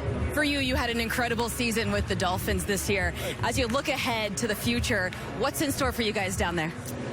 I like our chances. I think we got a really good opportunity to be special down in South Florida. The addition of Vic Fangio with the guys we have on that defense. We get our offense healthy. The sky's the limit. You spend a lot of time here in New Orleans. I already talked about Cafe Du Monde. Tell me, what is it like for you to be back here, and any good places that you've had a hit for food? I love this place. The city, the traditions, the culture, the history. So many of my restaurants, I can't even hit them all in a weekend, you know. It's just great being back. The energy, the city embraced me. I was home here for so long, so I love it.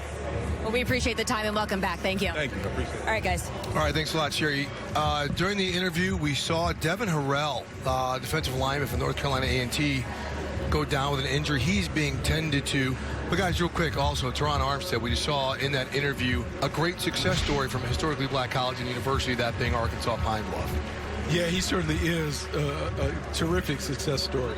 And he's one of the reasons why we needed to get back to make sure that we put HBCUs in the spotlight. We gave them a platform to be able to showcase their best players. We've seen a number of guys. We saw 4 in the Super Bowl participate. And so it's a great opportunity. This platform has been great. I think we'll continue to see the pipeline replenished with more HBCUs making their way up to national football. He's also one of those guys that allows people to say, I can go to HBCUs and get linemen. A lot of people talk about getting skilled guys and not linemen. Yes. You end up getting an Armstead, right? And you end up getting Howard at Houston with the Texans in the first round. So when you start seeing that now, that's one of the things Teron Armstead brought to everyone's attention. And also one of the offensive linemen drafted last year, Ja'Tyre Carter, out of Southern University. And like Jameis Winston, Teron Armstead is a big-time sponsor of this game. Another captain. The 2 captains. I guess they both are going to be winners today because neither one of them has a designation about Robinson or Gaither. Both of them win. All right, well, they're yeah, exactly. Jameis can kind of claim a little bit of the Miak Answag since he's kind of FAMU adjacent. But Larry Harrington in at quarterback for Team Robinson. He scrambles on 3rd down. Another incompletion, consecutive incompletions. Just a drive that went nowhere for Team Robinson as we're rotating players through now. This is their opportunity to gain a little traction. You know that young man, don't you? I do. Larry Harrington, the 3rd. Trip Harrington, as he's known, played with his dad, Larry Harrington Jr., at Millbrook High School in Raleigh. His dad was an outstanding high hurdler. 110, 300 hurdles in high school, went on to do that, and had a bid in the Olympic trials. And so he comes from great stock. He should have an opportunity to certainly advance his career beyond. All right, as Team Gator punts, they're going to the sideline. Alfonso Graham looked like he was going to go return it, thought about it again, and now gets away from it as Team Robinson downs it at Don't the 38. grab it there, and he knows it too. Absolutely. All right, everybody's having fun. We're all smiles here at the HBCU Legacy Bowl. Full 3-3 Team Gaither and Team Robinson here in New Orleans. And guys, these guys had a busy week, and they wanted to show off their athleticism. Brandon Gaddy, you're looking at right here, 295, Buck. I missed this memo. When did all these kids learn how to tumble and flip and back handspring? I missed that. I didn't get that. Last time I saw this, Senior Bowl a few years ago, Colin Saunders just won a Super Bowl ring with Kansas City. His wife had just given birth to their first child. They had an agreement that he would go to the Senior Bowl and work out while she was back home because their future was at stake. He found out she had given birth to their baby, and he did something very similar at that, also at 300-plus pounds. Got the Christian Wilkins split and everything as Team Gaither tries to get it going. A handoff to Alfonso Graham for a 2-yard loss.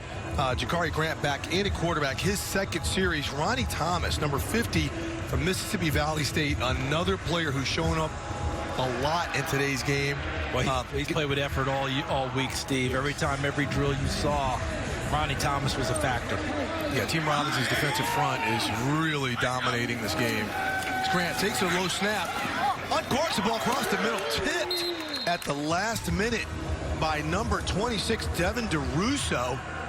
Nice play because that ball looked like it was getting there. And a really nice job at the end of it. We don't talk about it much, but Bucky mentioned it earlier, understanding the game, understanding when to do things or not do things. And Elijah Juan Smith, number 20, at the end of that play, Bucky, what did he do well? He pulled off. He did not take the big hit when the ball was gone because it would have been a penalty. No, he didn't take the big knockout shot. That's one of the things that he is certainly going to have to learn at the National Football League level.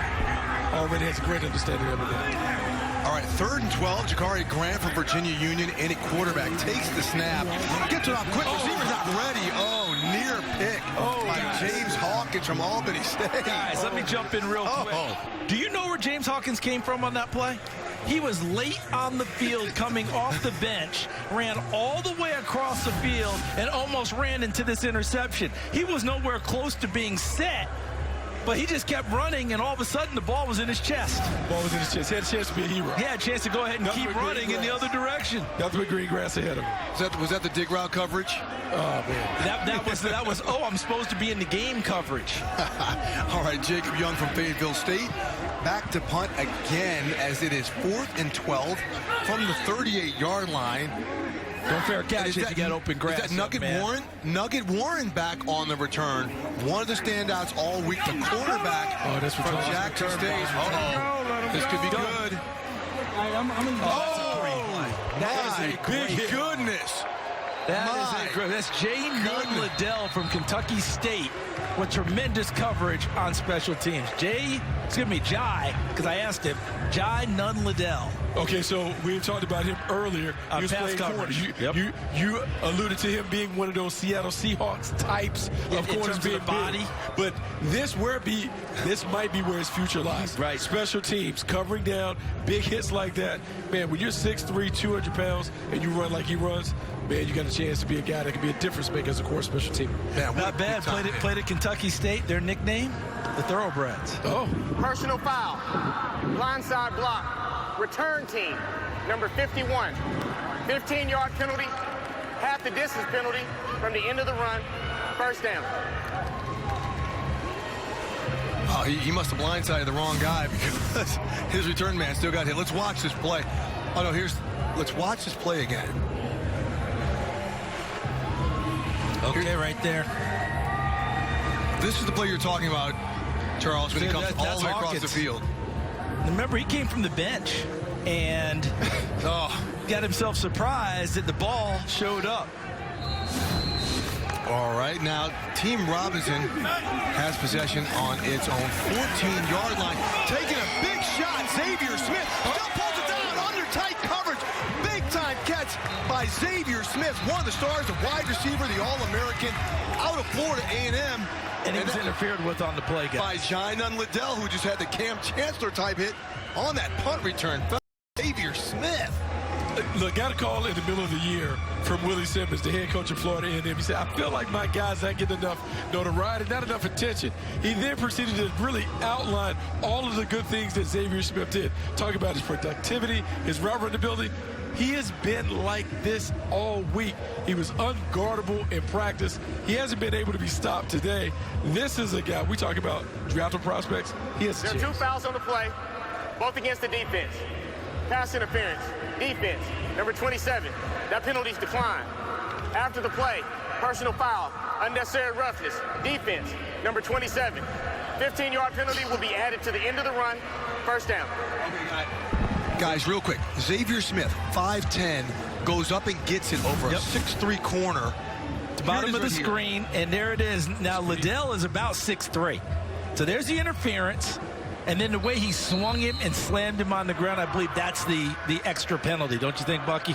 A little bit. I think that's what it is. I thought that was ticky-tack, but yes, that's what they called him for. And Larry Harrington on the rollout now gets the ball to C.J. Bolar out of Alcorn State. Good job by Bolar coming back for the football, Bucky. Yeah, really good job by Bolar coming back. And how about Larry Harrington Jr. Larry Harrington the third, stepping in and kind of igniting this offense a little bit. Had the big pass to Xavier Smith, buys a little time, has another second reaction play. You remember earlier in this ball game, it was Glendon McDaniel that had a real connection. Yes. Xavier Smith, ball after ball going in his direction. And why not? 5'10", going up over 6'3" to take the ball away. At the moment of truth, you're betting on Xavier Smith downfield. Harrington takes a snap, low snap, under pressure. Oh, he escapes it, rolls right, got plenty of room to run. Will he get a block? No steps out of bounds after about a 7-yard gain. Was that Pryor who had the opportunity and couldn't pull him down? Couldn't tell if that was Pryor or if it was Jermaine McDaniel. Might be McDaniel. We're trying to get the number. It might be 6 instead of 0. Yeah, 6. McDaniel. Good call there, Steve. How about Harrington pulling out of the tackle, being able to escape, picks up a few yards. Now you got a third and short situation. Got a chance to continue to extend the drive. Tripp's got a little strength to him. All right. So you knew Dad back in the day? Yeah, Larry Lou certainly has some strength. Did you get caught doing a little babysitting there? Did you have to watch Young Tripp at any point? I did not have to watch Young Tripp at any point back then. All right, 3rd and 4. We got the big back Emmanuel Wilson, and something tells me this is 2-down territory for Team Robinson. Fakes. Gets the ball to Bolar, who took his eye off it at the last second. He would have had a first down on that slant. What was he thinking there, Buck, with Bolar, because that ball's on the back shoulder? The ball is on the back shoulder. Sometimes, high-level quarterbacks, you're throwing away from the defender. So he put it on his back shoulder, telling the wide receiver, when you catch it, turn back around outside. Go into the direction where the ball takes you. Okay, they ran the long snapper on the field, but like I said, 4th down here. It looks like it was 2-down territory. Team Robinson in it to win it right now. They know they got to get some points on the board because they've had some bounce on this drive. Yeah, if I'm them, I'll repeat what we just did. I'm trying to go back to the same play, maybe with a different player. Did you see who they put in that position? That would be Xavier Smith. They ran the same route, but went to the other side of the field. Isaiah Cox out of Alabama A&M takes a nice pass from Harrington and the big hit. Imagine who that hit was. Jainon Liddell.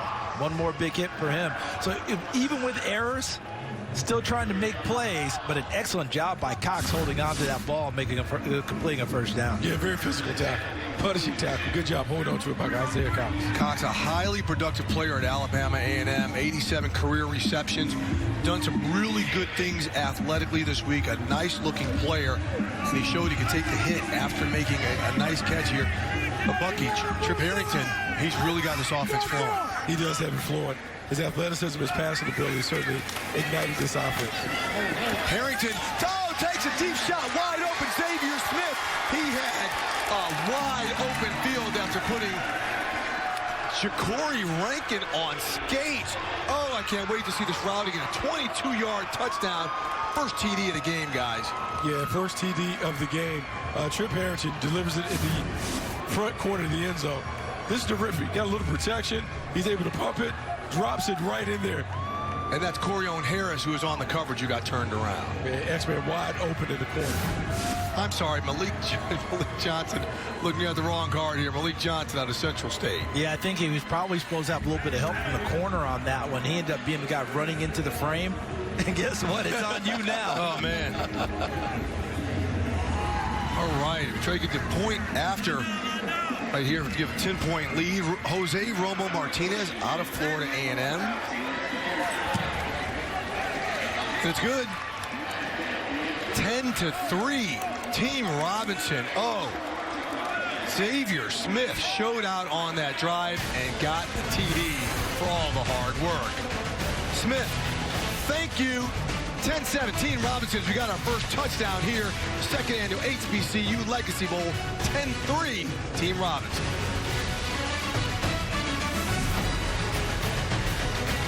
For the first time. Up 10-3 after a touchdown reception by that man right there, Xavier Smith out of Florida A&M. Let's bring in our Sherry Burris, who's got more on Smith. Well, Steve Smith catching the eyes of everybody. I just spoke with Washington Commanders GM Martin Mayhew. He said they had about 6 or 7 guys with draftable grades in this game. 19 was not one of them, but you better believe he is now. He said he stands out based off of his juice, his speed, and even mentioned that at his size, what Mayhew wanted to see was how he dealt with physicality. And as we saw in that last TD, they are liking what they're seeing from Smith. Thanks a lot, Sherry. Okay, who's believing Martin Mayhew when he says 19 wasn't one of them? I am. And the only reason I say that is sometimes you miss, you know, in the first go-round. Everybody doesn't get caught in the first wave, and sometimes you just miss, so you don't have that grade. That's why the grades are fluid, right, Buck? Is we take the entire process. What you see in the first one isn't always what you see in the last one. Yeah, it's not what you see in the last one. And it's also another reason why the HBCU Combine, the HBCU Legacy Bowl was important. Another opportunity for these guys to get seen. Some scout, they look at number 19 and say, you know what? I might have to go back and rewrite that report, see if he has a little draft. Listen, Joe Burrow, his junior year, had a third-day grade on it. Yep. So it takes some time sometimes before you figure it out. Oh, we saw Team Gaither's Dion Galad get a snap. He wasn't ready for it, picked it up and threw it. The players reacted as if they thought the play was going to be blown dead, but it ends up being an incomplete pass. All right, let's take a look. As you're looking at Dion Gallat right there, the quarterback out of Bowie State, getting another run. Remember, he's an Oregon State transfer. How about that? We have guys who go from one place, find their spot, and Dion Gallat certainly found his spot at Bowie State. First team all CIAA. As this offense tries to get going against the Team Robinson defensive front that has really, really made life miserable for Team Gaither today. Gallat looks like he is flanked. Watch out for number 1. Alfonso Graham. Jason Dumas had a big game so far inside. Yeah, Jason Dumas, Cam Peterson, both guys inside have been working out. Oh, wow. There's big pressure there by number 9, Nelson Jordan, guys. We saw in the last drive, he came from the other side and almost got a sack. Flips to the left side and makes a play. Another pass rusher having a big day from Alabama State. I think the music, the mighty Hornets got him at the half. Yeah, the Hornets got him going. Feeling the school pride, continuing to get after it. And what did their coach say? What are they? Alabama State? What did Eddie Robinson Jr. say? What did he say? They're swag. Oh, they are swag for sure. Right. As Eddie Rob Jr. did say that. He's swag. He is swag. As Jacob Young from Fayetteville State lines up to punt again, this time deep in his own territory, should give Team Robinson a great opportunity to get some ideal field position. Big kick by Young. Best punt of the day. Huge punt. Really number 3, Corey Rankin was looking for space, couldn't find it. See, DeMonte Ram said some really good coverage 16. there. Really good coverage there by Ram. All right, you guys were just talking about the HBCU Legacy Bowl. Look at the 4 players from HBCUs who are drafted. Joshua Williams out of Fayetteville State Division II school, plays in the Super Bowl. Jacoby Durant showed up big time for the Rams this year. James Houston led the Lions in tackle, more than their first-round pick Aiden Hutchinson. Ja'Tyre Carter, someone who's going to show up on the Bears' offensive line. Not to mention, Bucky, Deshaun Dixon, an edge player we saw playing this game last year when undrafted caught on with the Jaguars. Yeah, Deshaun Dixon did have an impressive rookie season in terms of making a squad, being able to be active a handful of games. He has a chance to play, but he was found here at HBCU Legacy Bowl. And that's this big-time pressure. And there's that guy again. I mean, Pryor, guys all over quarterback.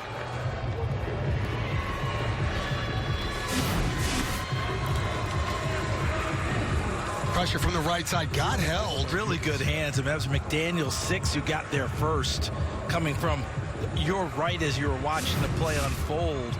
Excellent hands at the top of the pass rush, able to get there and get the quarterback to the ground. Loss of 7. Harrington tries to get his offense back going. They were good last. Oh, big time pressure up the middle. Ball tipped. Incomplete pass, but it looked like Woody Apollon had a shot to pick that off. Yeah, great pressure up front. Brandon Gaddy, you remember the flips? Oh, and the cartwheel and the round off? Look at the pressure there. And he does a good job getting off of Harrington, the quarterback.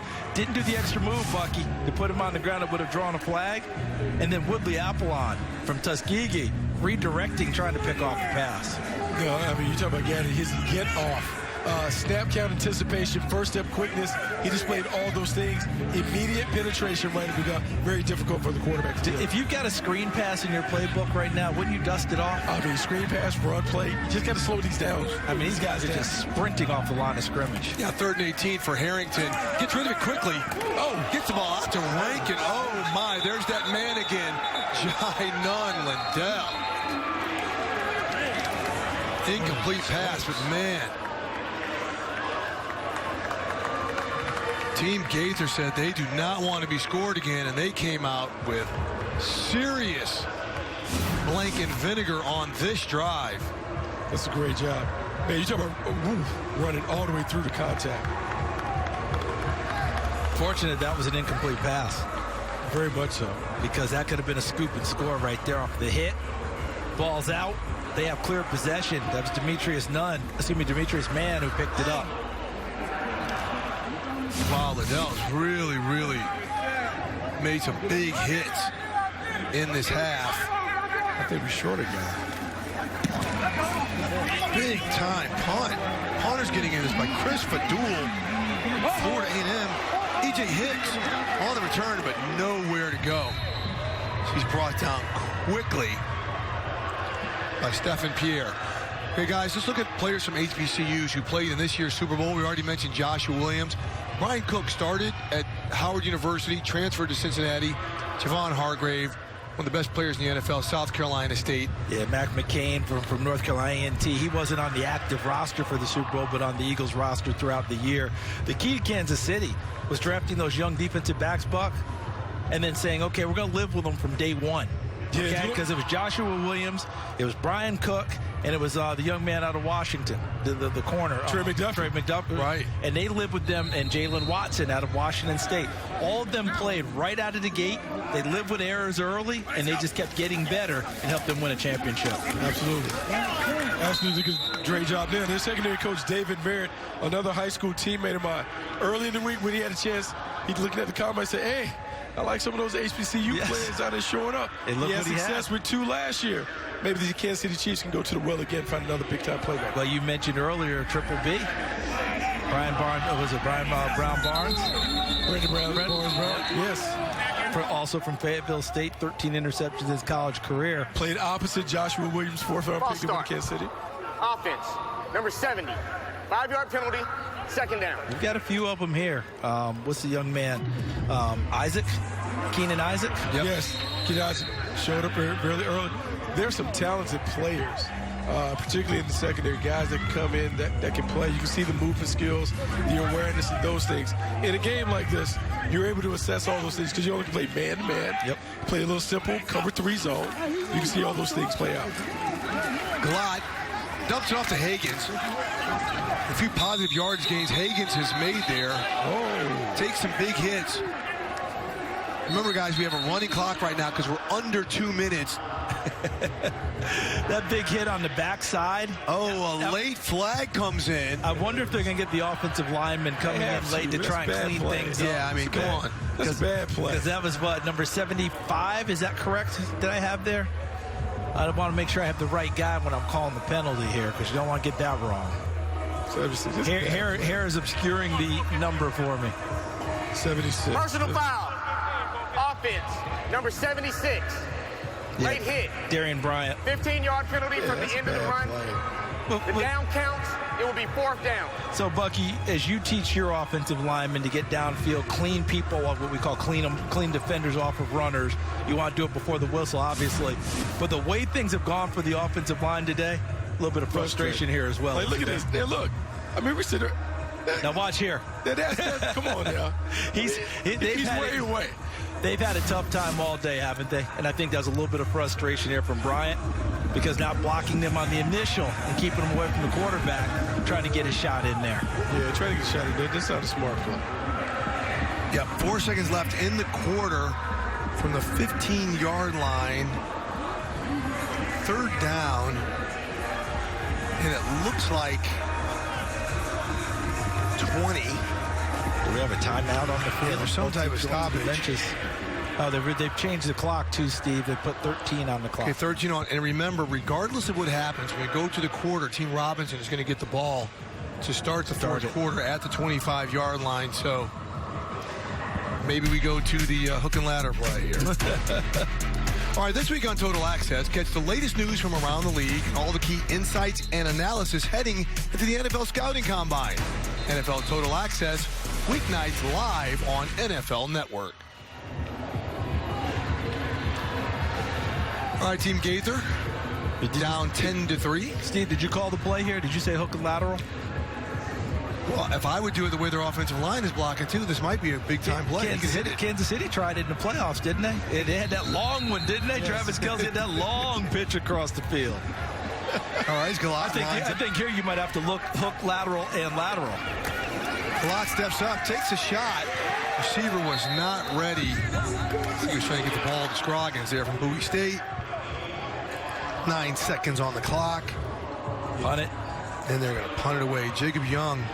Team Gaither, the offense really has not gotten it going the last few possessions, but Young's had it going, 52-yard punt.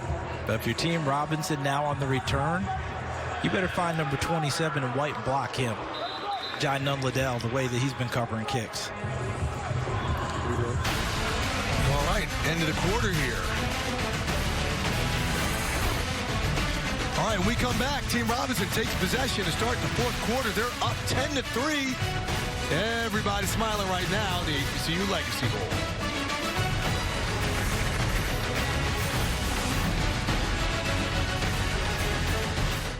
They're on St. Charles Street here in New Orleans as we're at the HBCU Legacy Bowl. Team Robinson up 10-3 to start the fourth quarter. Now we're going to send it out to our sideline. Reporter Sherry Burris, who's got Team Robinson jumping, and a special guest. I do, Steve. Shanika Dabney Henderson here with us, HBCU Legacy Bowl advisor. This has been an incredible week for these young men. Even some students that came in, we'll get to that. There was an incredible career fair yesterday. Over the last 2 days, why was that so important to have that incorporated? I mean, listen, the reality is the career fair is in a lot of ways more important than the game itself. Not all of these guys are going to make it into the league, right? So what is the next step for them? And the career fair, I think, opens up opportunities that maybe they didn't even know existed, right? We had 1,600 students register for the career fair from nearly 50 HBCUs from all over the country. And talk about the game, though. It is incredible, this play that just happened, Steve. Yeah, absolutely, Sherry. Raymond Boone with the pick. The ball just landed on him. Chip Harrington had two receivers open, and the ball guys kind of fell in between them right to Boone. Unbelievable, great play. This is a great job tracking it. Ball is in there. You talk about tips and overthrows. This team needed a big play. Great play by Team Gaither. Errant throw by Trip Harrington, throwing back inside, and ends up right into Boone. Boone appeared to be the receiver when it was all said and done, the way the ball came to him. Yeah, did Team Gaither with a big opportunity, but let's get it back to Sherry and Shanika. All right, Thanks, Steve. So we were talking about the importance of the career fair here this week. Yes, and they stole our thunder. But we had 1,600 students register from 48 HBCUs around the country. And then the Legacy Bowl bussed in students from 16 schools in the region. So when you think about the level of commitment to make sure we had people here getting access to that opportunity, and we only want to grow it in years to come. I was so proud to see we had 12 NFL teams. The NFL was there. Of course, Saints and Pelicans, my team was there. And we met students who we want to hire. Like, these students are getting jobs walking away from this opportunity. Some of them were interviewed on site. We had 8 students from Louisiana HBCUs who served as interns, and 2 students won a scholarship, the Tristan Edgerson Memorial Scholarship, $2,500 to support them in their HBCU education. So this is, yes, about football, but it's about so much more. These guys getting to play obviously showcase their skills, but they got to do so much more this week also. Tell us more about that. Yeah, so we wanted them to get their tentacles in New Orleans. This was Mardi Gras week, so you got to kind of balance that. We don't want you to be too in New Orleans, but we made sure on Wednesday they had an opportunity to go to Studio B, which is where a local artist has set up, B-Mike, has set up this huge studio of art installations. And they also had some food from Weedats, a local food truck. We had them go to Dookie Chase, which you can't come to New Orleans without going to Dookie Chase, the most renowned black-owned restaurant in the country. And then last night we did a reception at the president of Tulane's house where they got to mix and mingle and just meet some of the people who have really invested a lot of time and energy into making this possible. And I'm in front of the camera, but there's a whole committee of people who you haven't seen, who invested their time, judges and people who work at banks, presidents, vice, all these people took time out of their schedule because we care about these kids and we know how important this event is to them. We certainly appreciate the effort, and it's a great week overall. So we appreciate the time, Shanika. Thank you. Steve? Well, thanks a lot, Sherry. Shanika, an absolutely wonderful person, one of our former colleagues at the NFL Network. And during that interview, after the big interception by Team Gaither, guys, they simply could not capitalize because that man, number 1, Jason Dumas, out of Southern University, got his 3rd sack of the game. And I think the coverage had to be pretty decent downfield, Bucky, because there was time to throw the football. Yeah, there was enough time to throw the football, but that time the coverage certainly led to the sack. But Dumas has been phenomenal. He's been a terror. He's been a terror in practice. He's been a terror throughout this game. It's going to be interesting when we get to the MVP voting. Oh, there's no doubt. There's a lot of names that are in the hopper for it right now, especially on the defensive side. Yeah, absolutely. Okay, we have game. Offense. 5-yard penalty. 4th down. Ooh, that's a big penalty right there because that really, really pushes the field goal attempt back now to where are we sitting here at about 52 yards. Remember, he was about 20 yards short on the 50-yarder earlier. So hopefully he'll get a better pass at the football and hit it. Because right now, if I'm their team, if I'm them, I bring my offense. Yeah, they're going for it. They're going for it. They're trusting their defense, guys. Yeah, he's about to drive that thing like I do off the tee box with my irons. So I guess they're going to punt it now. They're going to punt it. They're going to punt it and try and play a little field position here. Because he really had no shot of making now. But his career long was 45. Yeah, don't put him in a spot like that. Yeah, this would have pushed him probably about 52, 53 yards. Not shot. But here's the guy. If you're recovering, Liddell, 27 in white. You remember last time, it's a big hit. Let's see if he can get downfield and down one and see what they do with the gunners on the outside here. Can they get downfield and down it inside the 10? It's a great opportunity in a little punt safe defense right now. So Jacob Young kick it down here toward, can't get it, rolls into the goal line. All right, Team Gaither cannot get it going. Team Robinson with another shot to build on its lead. We come back to the HBCU Legacy Bowl. All right, so looking at Team Robinson quarterback Skylar Perry right there, number 11, a local New Orleanian. And Skylar, we wanted to ask him, when did his NFL dream start?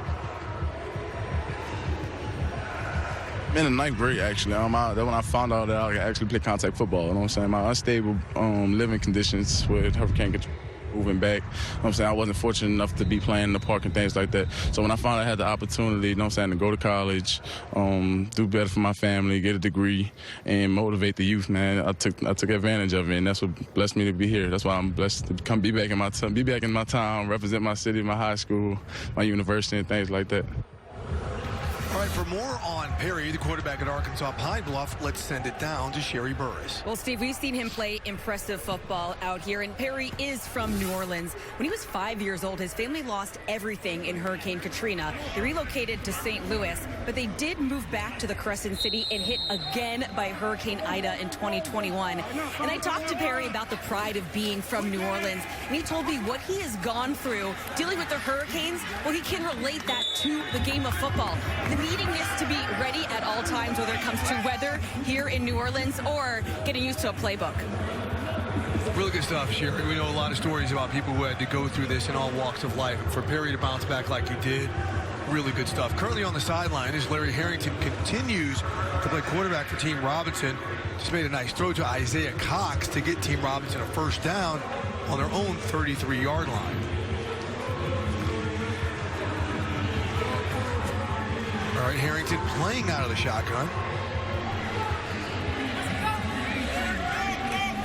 Steve Geether tries to get another stop. Play action pass. Gets the ball. It's number 13, C.J. Bolar. Those guys have had a connection. Bolar out of Alcorn. Is that second read, Bucky? Yeah, they've run this RPO a few different times. They have a slot formation. Slot receiver runs a little slant. If Harrington doesn't like the slot on the slant, he then comes back and hits the outside guy on a 5-yard hit. Bucky, we're seeing the read right there, and we're seeing more of this in NFL football, too. What about some of the training these guys are getting at this level that prepares them for the next level? Well, you know, the thing is flipped. Before, it was about the lower levels taken from the NFL. Now you're seeing the NFL steal concepts from the lower levels. There's a lot of innovation. Oh, Harrington on the scramble takes a devastating hit from Joshua Pryor. Takes off his helmet, but man, that was a massive hit. Yeah, that was a big-time hit. Couldn't finish the point. But yeah, you said the innovation trickle up in terms of how people are using RPOs and those things. Here we see Harrington escape the pocket. He will learn soon enough. When you get to the upper levels, you got to get down. Get down. Bucky, is it get down or get to the edges? Get to the perimeter? Right? Get away from the briar patch. Yeah. Well, the briar patch has a lot of thorns in it. Boy, Pryor has been absolutely sensational. Glennon McDaniel now coming in for Harrington. He's been an interesting one for me, Bucky, because I checked out the record. We'll talk about more after this play. Keeps it. There's Pryor again. I mean, you go back, Steve, Bucky, Glennon McDaniel, okay? His junior year, he threw for over 1,300 yards, 10 touchdowns, 3 interceptions, 62%, 3 rush touchdowns, 8 starts. Last year, he had 0 starts in 6 games, and he's here at Southern.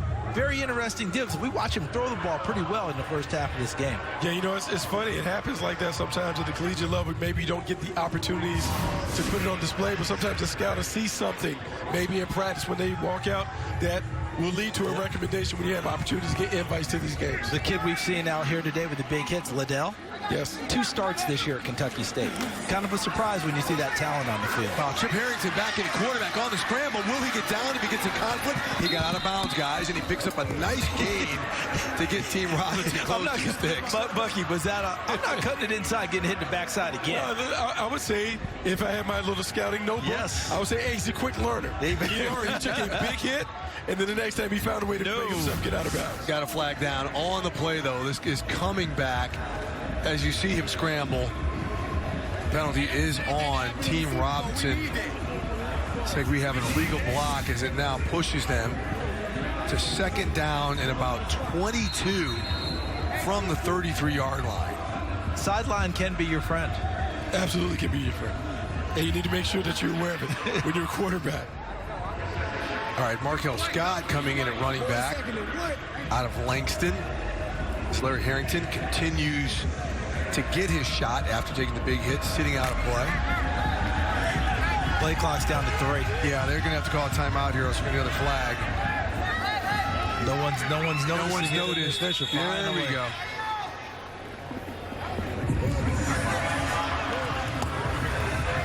Delay of game. Offense. 5-yard penalty. Second down. That's probably 2 seconds at least past the play clock running out. They had a chance to still get that one off. They sure did. So, guys, again, in all the coverage of All-Star games you did, do you notice as games wane that maybe you see some of these mistakes when you think they should be getting cleaned up? Yeah, you think it, but, you know, sometimes the mistakes are due to a lack of conditioning. You get tired. A lot of these guys haven't played since November, if you think about it. Harrington drops back, throws it to his tight end. Devin McCoy gets hit quickly by number 5, it looks like, Kai Gray, out of Lincoln. Like DeMonte Rem, number 16, also involved. Yeah, Rem also was there. The linebacker out of Virginia Union, guys, let me tell you about Rem. They said he's been so impressive, right, that a couple coaches here said they're going to offer him a GA job if he doesn't make it to the next level because he's been such a leader here. He was a walk-on running back at NC State before he ended up moving on to UNC Pembroke, and he became a second-team All-CIAA performer last year with 75 tackles. Our handoff to Krayshawn Bird out of Bethune-Cookman. Explosiveness on that play, but we know Team Gaither was also sitting back knowing the down and distance right there. So on about 4th and 18, Team Robinson coming back out to punt. Chris Fadul out of Florida A&M. We got... Looks like Edward Hicks back deep for Team Gaither. These punters will ice their legs down tonight, won't they? Yeah, they will. They've had a lot of work. At some point, man, if you're Team Gaither, you got to figure out a way to get a big return. And so maybe go all out. You should be able to double team the gunners out here. Maybe your guy can squirt more. They got single coverage on both gunners. Well, one gunner. The second guy dropped back into the double team. Hicks catches it on about the 13. He's got room. He runs up the right sideline. He's got a block, steps out. Nice return. Gets out about the 33-yard line. All right, let's see if Team Gaither can level things up. We're back here as they trail 10-3, the HBCU Legacy Bowl.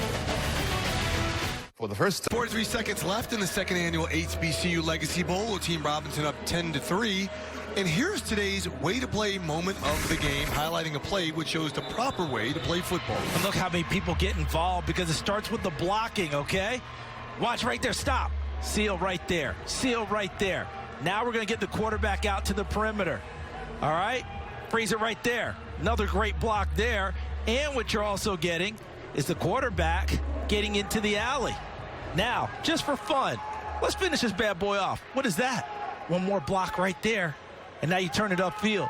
That's the way to play. Vince Lombardi would have said, we get a seal here, and we get a seal here, and we run the play in the alley.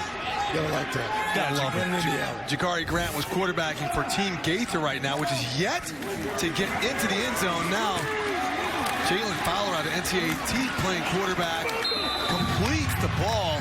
Number 13, J.J. Holloman, a former Georgia player who ended up at Tennessee State. And a tackle by Cameron Peterson. We've seen pursuit from this big man. We've seen pressure from this big man. Just also bounce up from that big man, too. He was down for just a second, bounced right up, headed to the sidelines, catch his breath. Yeah, I mean, he's expended a lot of energy today making plays in the run and the pass game, Bucky. He has. Those two guys on the inside, number one, Dumas, and then Peterson, those two guys have really dominated the game at the point of attack. And I think we overuse the term game wrecker, but today we've seen some game wreckers. They absolutely wrecked the game plan from inside out. Yeah, Jalen Fowler. Oh, big connection to his tight end. 81, Tyler Barnes breaks a tackle, picks up a big gain.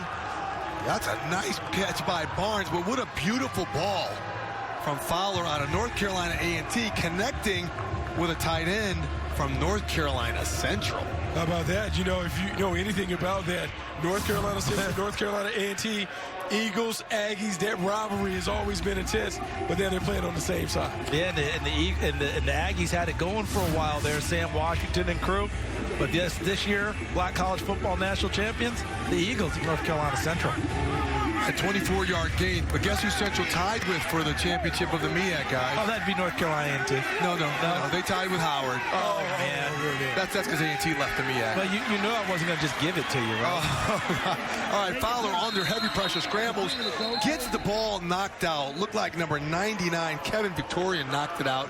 A flag down on the play, or it might have been Jordan as well, who's also had a big game. Nelson Jordan out of Alabama State. Well, you mentioned Howard. Steve, getting a nice little renaissance for your school in terms of football, aren't you? Yeah. Had some hard times, and to come back and be co-champions in the league, that's a big year. Personal foul, face mask, offense, number 76. 15-yard penalty from the previous spot, first down. Well, that's a big penalty on Darian Bryant as his offense was actually rolling. Now they're on the negative side of the 50 as they are back on the team. Gaither, 45. Well, that's the big man who got the penalty right there. Yep, there it is. He's had a tough day. He's had a couple of penalties. He had the penalty cleaning up on the downfield with the big block late. Yeah. But they get off of these defenders. They're off on the snap, and they're making it really difficult on the offensive linemen getting out their stances. Right, following shotgun. Oh, my goodness. Under pressure. Screen. Oh, nothing doing right there. Big time hit on that play. That was Kinsler, I believe, who was there first, number 5. Number 5, then Nelson Jordan also got out there. I mean, you should just look at the way these guys are in their tracks. This is a great job coming. Kinsler. Boom. Kinsler's doing a really good job. Jordan. That's a great job. Running to the football. But the read from every level, because Kinsler in the secondary, 3rd level. Then you had Pierre, the linebacker, 2nd level. Jordan from the 1st level, defensive end, running out to the play. Excellent hustle from them. Well, you have a timeout on the field, but you talked about that. Wow, from all 3 levels. Team Gaither struggling to get some traction. See if they can rally as we get back here for the HBCU Legacy Bowl. All right. Coleman Stadium here on Tulane's campus for the 2nd annual HBCU Legacy Bowl. They could be sitting on Team Gaither unless they can get their offense going. Yet to get a touchdown as they trail Team Robinson 10-3. Hey, guys, I got something for you. Little quiz. Charles, I think you're going to get Oh, this. no. Which historically black college and university has the most players drafted into the NFL historically? Historically? I would start with Grambling. Yes. Right? But my next thought is Tennessee State. Big John Merritt. Yeah, you're right there. There we go. Tennessee State with 106. Wow. Just ahead of Grambling. Just ahead of Grambling, and then Jackson State. Oh, under pressure again, but gets the ball off to Antoine Murray. Is there a chance to see that graphic again? Is that okay, everyone? Because these schools, all right, so we're talking about, when we talk about blue blood schools in terms of the traditionals, right? Tennessee State would qualify. Grambling qualifies. Jackson State, Southern qualified. How about South Carolina State now? What Buddy Pugh is doing right now. Guys like Shaq Leonard. Texas Southern, Michael Strahan and crew. FAMU, a blue blood, Kate Gaither. Morgan State, back in the day with Big Earl Banks, Willie Lanier and crew. How about North Carolina Central with the Eagles? Trey Oliver's dad played at Central. He's a legacy player. Yes, and a terrific player. One of the coaches here in the game. You go back and look at the records of the coaches we had playing in the game. Their playing careers were pretty darn good too now. Richard Hayes was the starting corner for North Carolina A&T. Trey Oliver was an all-conference corner and punter at North Carolina Central. Shennis Berry was an honorable mention All-American offensive lineman when he played in college. And Eric Dooley, he's been a Southern since 2022. Won the Bayou Classic this year. They don't care about his playing career if he wins the Bayou Classic. That's all that matters. Fowler on 4th and 5. Breaks. Oh, he gets sacked. This is the story of the day. Nelson Jordan brings him down, but the pressure came from everywhere. Team Robinson's defensive front has just been smothering. Ronnie Thomas forced the pressure. Kevin Victorian, number 99, involved as well. There's Jordan right there, swinging him down. So here's a little side note that no one will acknowledge, but you can see it play out. The coaches haven't said anything all week, but you see the excitement, the jubilation on that sideline, on Team Robinson's sideline. Hey, man, the one thing that you know when you talk about HBCU games, it's a lot of smack talk. There's a lot of back and forth. Tonight at the dinner, there's going to be a little conversation between these two coaching staffs. You don't want to be on the wrong end of that one. Are you saying that the winning team, that ends the game of dozens? Oh, yeah. Oh, man. Right? That's it? That's the capper, right? That's the capper? Is Larry Harrington back out on the field? Team Robinson's still throwing. Forget getting conservative. They don't think this game is wrapped up, even though there's just under 3 minutes left as he completes the ball to Ja'Cory Rankin. I think, as you would tell me, that's kind of what you're doing this week. We just keep playing. It ain't my job. It's not my job to stop me. It's your job to stop me. Come on. Mr. HU, you know how this goes. Hey, wait a second. Who won the last 2 Celebration Bowls? We're going to go there? But we just can't talk about SWAC and MEAC because Larry Harrington played at Langston, which I believe is the Sooner Conference. Sooner Athletic Conference. That's right. So we have players from the Ohio Valley, from the Big South, from the Colonial Athletic Conferences. A lot of conferences are represented by these historically black colleges and universities. Harrington drops back. Lets it go again to Isaiah Cox. Comes across for a little short, late flag. We got a penalty. Yeah, that was a late hit coming in. Looked like he was that's deep. That's deep from the back judge, all the way in the middle. That is it. That might. Yeah, that might. That'd be a big first down. Looks like it might have been a face mask initially. A lot of extra popping going on too. Personal foul. Face mask. There it is. You nailed it, Steve. The 15-yard penalty is added to the end of the run and an automatic first down. Brandon Barnes-Brown, who's had a very strong week. That's the 2-minute warning. Talked about him earlier. 2-minute warnings, so guys.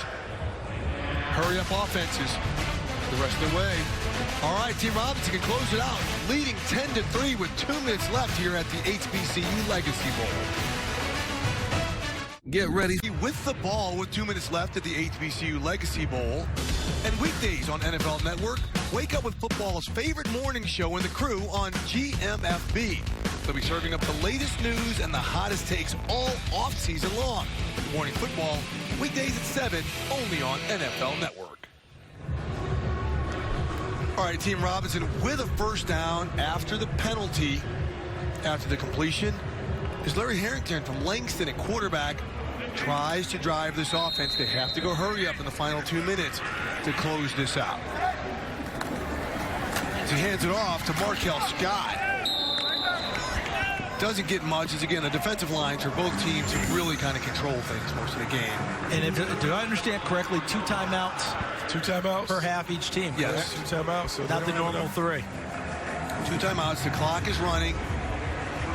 Team Gaither doing nothing to put the brakes on this, but they may have used a timeout. So remember, they had some clock management issues so earlier as well.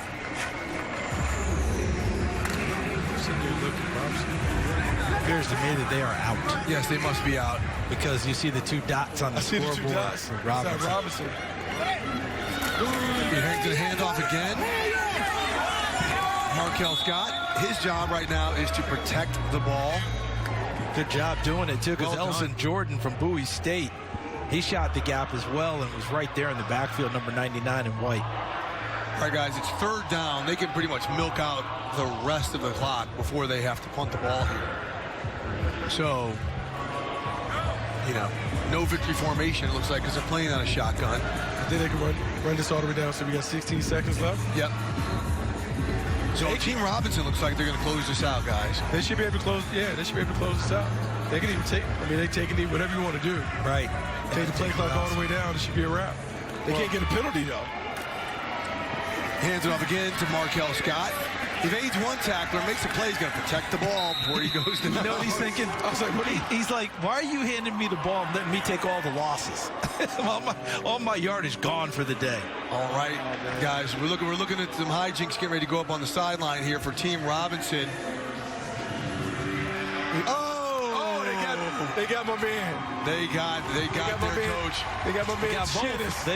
They went double barrel. They got both coaches. Shenisberry and Eric Dooley for Team Robinson getting the hydration bath after their team pulls out a 10-3 victory in the 2nd annual HBCU Legacy Bowl. That was well-earned, guys. They coached their guys up. They did coach their guys up. Look, a really solid performance. All week we worried how this game was going to play out, which defense was going to dominate. It was clear. Robinson's defensive line absolutely had their way with the Gaither front line. That is why Robinson wins 10-3 today. Yeah, but great, excellent effort. Both sides came ready to play. Didn't always have the great execution you wanted, but the effort was never in question. And truthfully, the team that looked the part all week long in terms of size, physical, all of that, they're the ones that ended up winning out today. Yeah, and again, the big thing was a week of practices where the scouts were here to evaluate the game, how they performed under the lights. We saw some big plays. We saw Dumas. We saw Pryor. We saw several players that we expected to show up show up big time, and now you're seeing the celebrations because they've been together for a week. They've done a lot, guys. As you're looking at Doug Williams right here, the co-founder of the HBCU Legacy Bowl. We know the legendary quarterback from Grambling. And Bucky, just some other thoughts here. As an evaluator, again, we know some parts of the offensive line play was not great, but when you see defensive linemen take advantage of that situation, do you get a good evaluation of that compared to along with everything you've compiled on some of these guys over the season and during the week? Yeah, All-Star games can be like this, and so that's why the All-Star games, it's about the practice week, how these guys performed in one-on-ones, what they look like throughout the week in the combine. And yes, the game is what we will focus on because that's the part that we really televise the game. But so much of what was done took place behind the scenes, away from the eye of the camera. That's a great point. And some of these guys, these offensive linemen had a tough day today. Showed their wares during practice and some of the one-on-ones, individual periods. This will not negate them from getting their look. And guys, let's take a look at the story of the game. It is sacks. It is guys getting to the quarterback because they happen in abundance. And there's Pryor from Team Gaither. Guys, they have to pick an MVP. Can they just break the trophy apart in multiple pieces? Yeah. There's a lot of guys that are going to be involved in the defensive side of the ball. Absolutely. I mean, Joshua Pryor was absolutely fantastic. But Jason Dumas, Cam Peterson, Team Robinson, these quarterbacks, they're going to be bruised up. They thought they were coming here for some fun, but they're not going to be waking up feeling too great tomorrow. Well, the punters got a lot of work in. I think they'll have to go home and get an ice bath for their leg. And this is great seeing some of the celebration. These guys are bonded for life now. Yes. You mentioned it, Steve. They've been together now for the entire week with the combine, the games, the practices. And even though they were on opposite teams, they were put together in a number of situations where it was more than just Team Robinson, Team Gaither. It was just all these kids here soaking up the atmosphere, trying to get better, trying to get their shot. And we can't just talk about defense because with Xavier Smith, the wide receiver. Now, that's a clear MVP on offense. Yeah, it's got to be. I mean, the FAMU, HBCU All-American, got it done today, had the game's only touchdown. Let's look at some of his explosive plays. Put them on the play. I mean, this is what we thought about the entire week. A get-open specialist, a guy that understands how to run routes, create separation consistently, terrific with his hands, nice ball skills, tracks the ball well. This is a guy, to me, that looks like a pro. And then that double move right there to get the touchdown, that is what it's been about. Xavier Smith, a pure, polished playmaker, one of the reasons why he should be the MVP on offense. Well, let's find out about those MVPs as we send it down to Sherry Burris. All right, thank you, Steve. Well, we do want to send a congratulations to Team Robinson winning this year's HBCU Legacy Bowl. We have our MVPs up here, but we also have some legends. We have Mel Blount, we have Doug Williams, along with Shaq Lawson here to give our MVPs. Excuse me, Shaq Harris, I apologize. So we have our MVP awards here. We're going to start with our offensive MVP, Xavier Smith. I think we have some hardware here to give to you. Congratulations. It was an incredible week from you since Monday. What statement do you think you made? That, you know, I could play at a high level and I could play this game really well. I use my speed to get open and I'm a great route runner. Awesome. All right, let's move over to our defensive MVP, Jason Dumas. That one is for you. You had an incredible game out there. We know you also played a little bit of fullback. Why was it so important for you to have that versatility and display that today? Just showing the NFL that I could play different positions and keep chopping wood at the end of the day. You know, I just wanted to show my versatility. All right, we do want to give a congratulations also to their team's head coaches, Eric Dooley and Chennis Berry. I'm not sure where they are. They got that nice ice bath, Steve, we saw at the end of the game. But again, congratulations to our MVPs. Congratulations to those MVPs. It was well-earned, guys.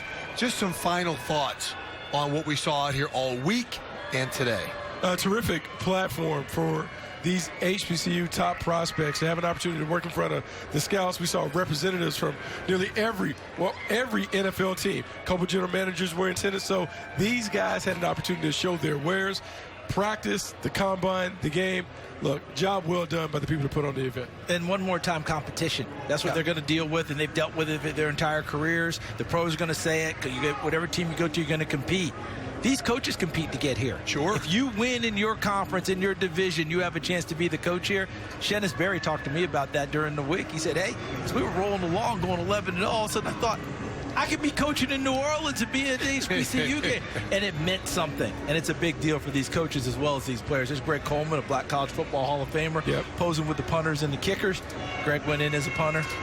Yep, Florida A&M. And guys, look, also, the conversations they had with these teams, as Omar Khan, the general manager for the Steelers, said, speaking to these guys and seeing if they fit our culture is the most important. All right, Team Robinson, winner of the second HBCU Legacy Bowl, 10-3. Let's look at some of the highlights of the day. All right, look at the celebration, the sacks, the happiness because they know they did their thing. Team Robinson, Team Gaither, doing that hop. All right, I want to thank Charles Davis, Bucky Brooks, and the crew, Sherry Burris, for a fantastic HBCU Legacy Bowl here from the great city of New Orleans.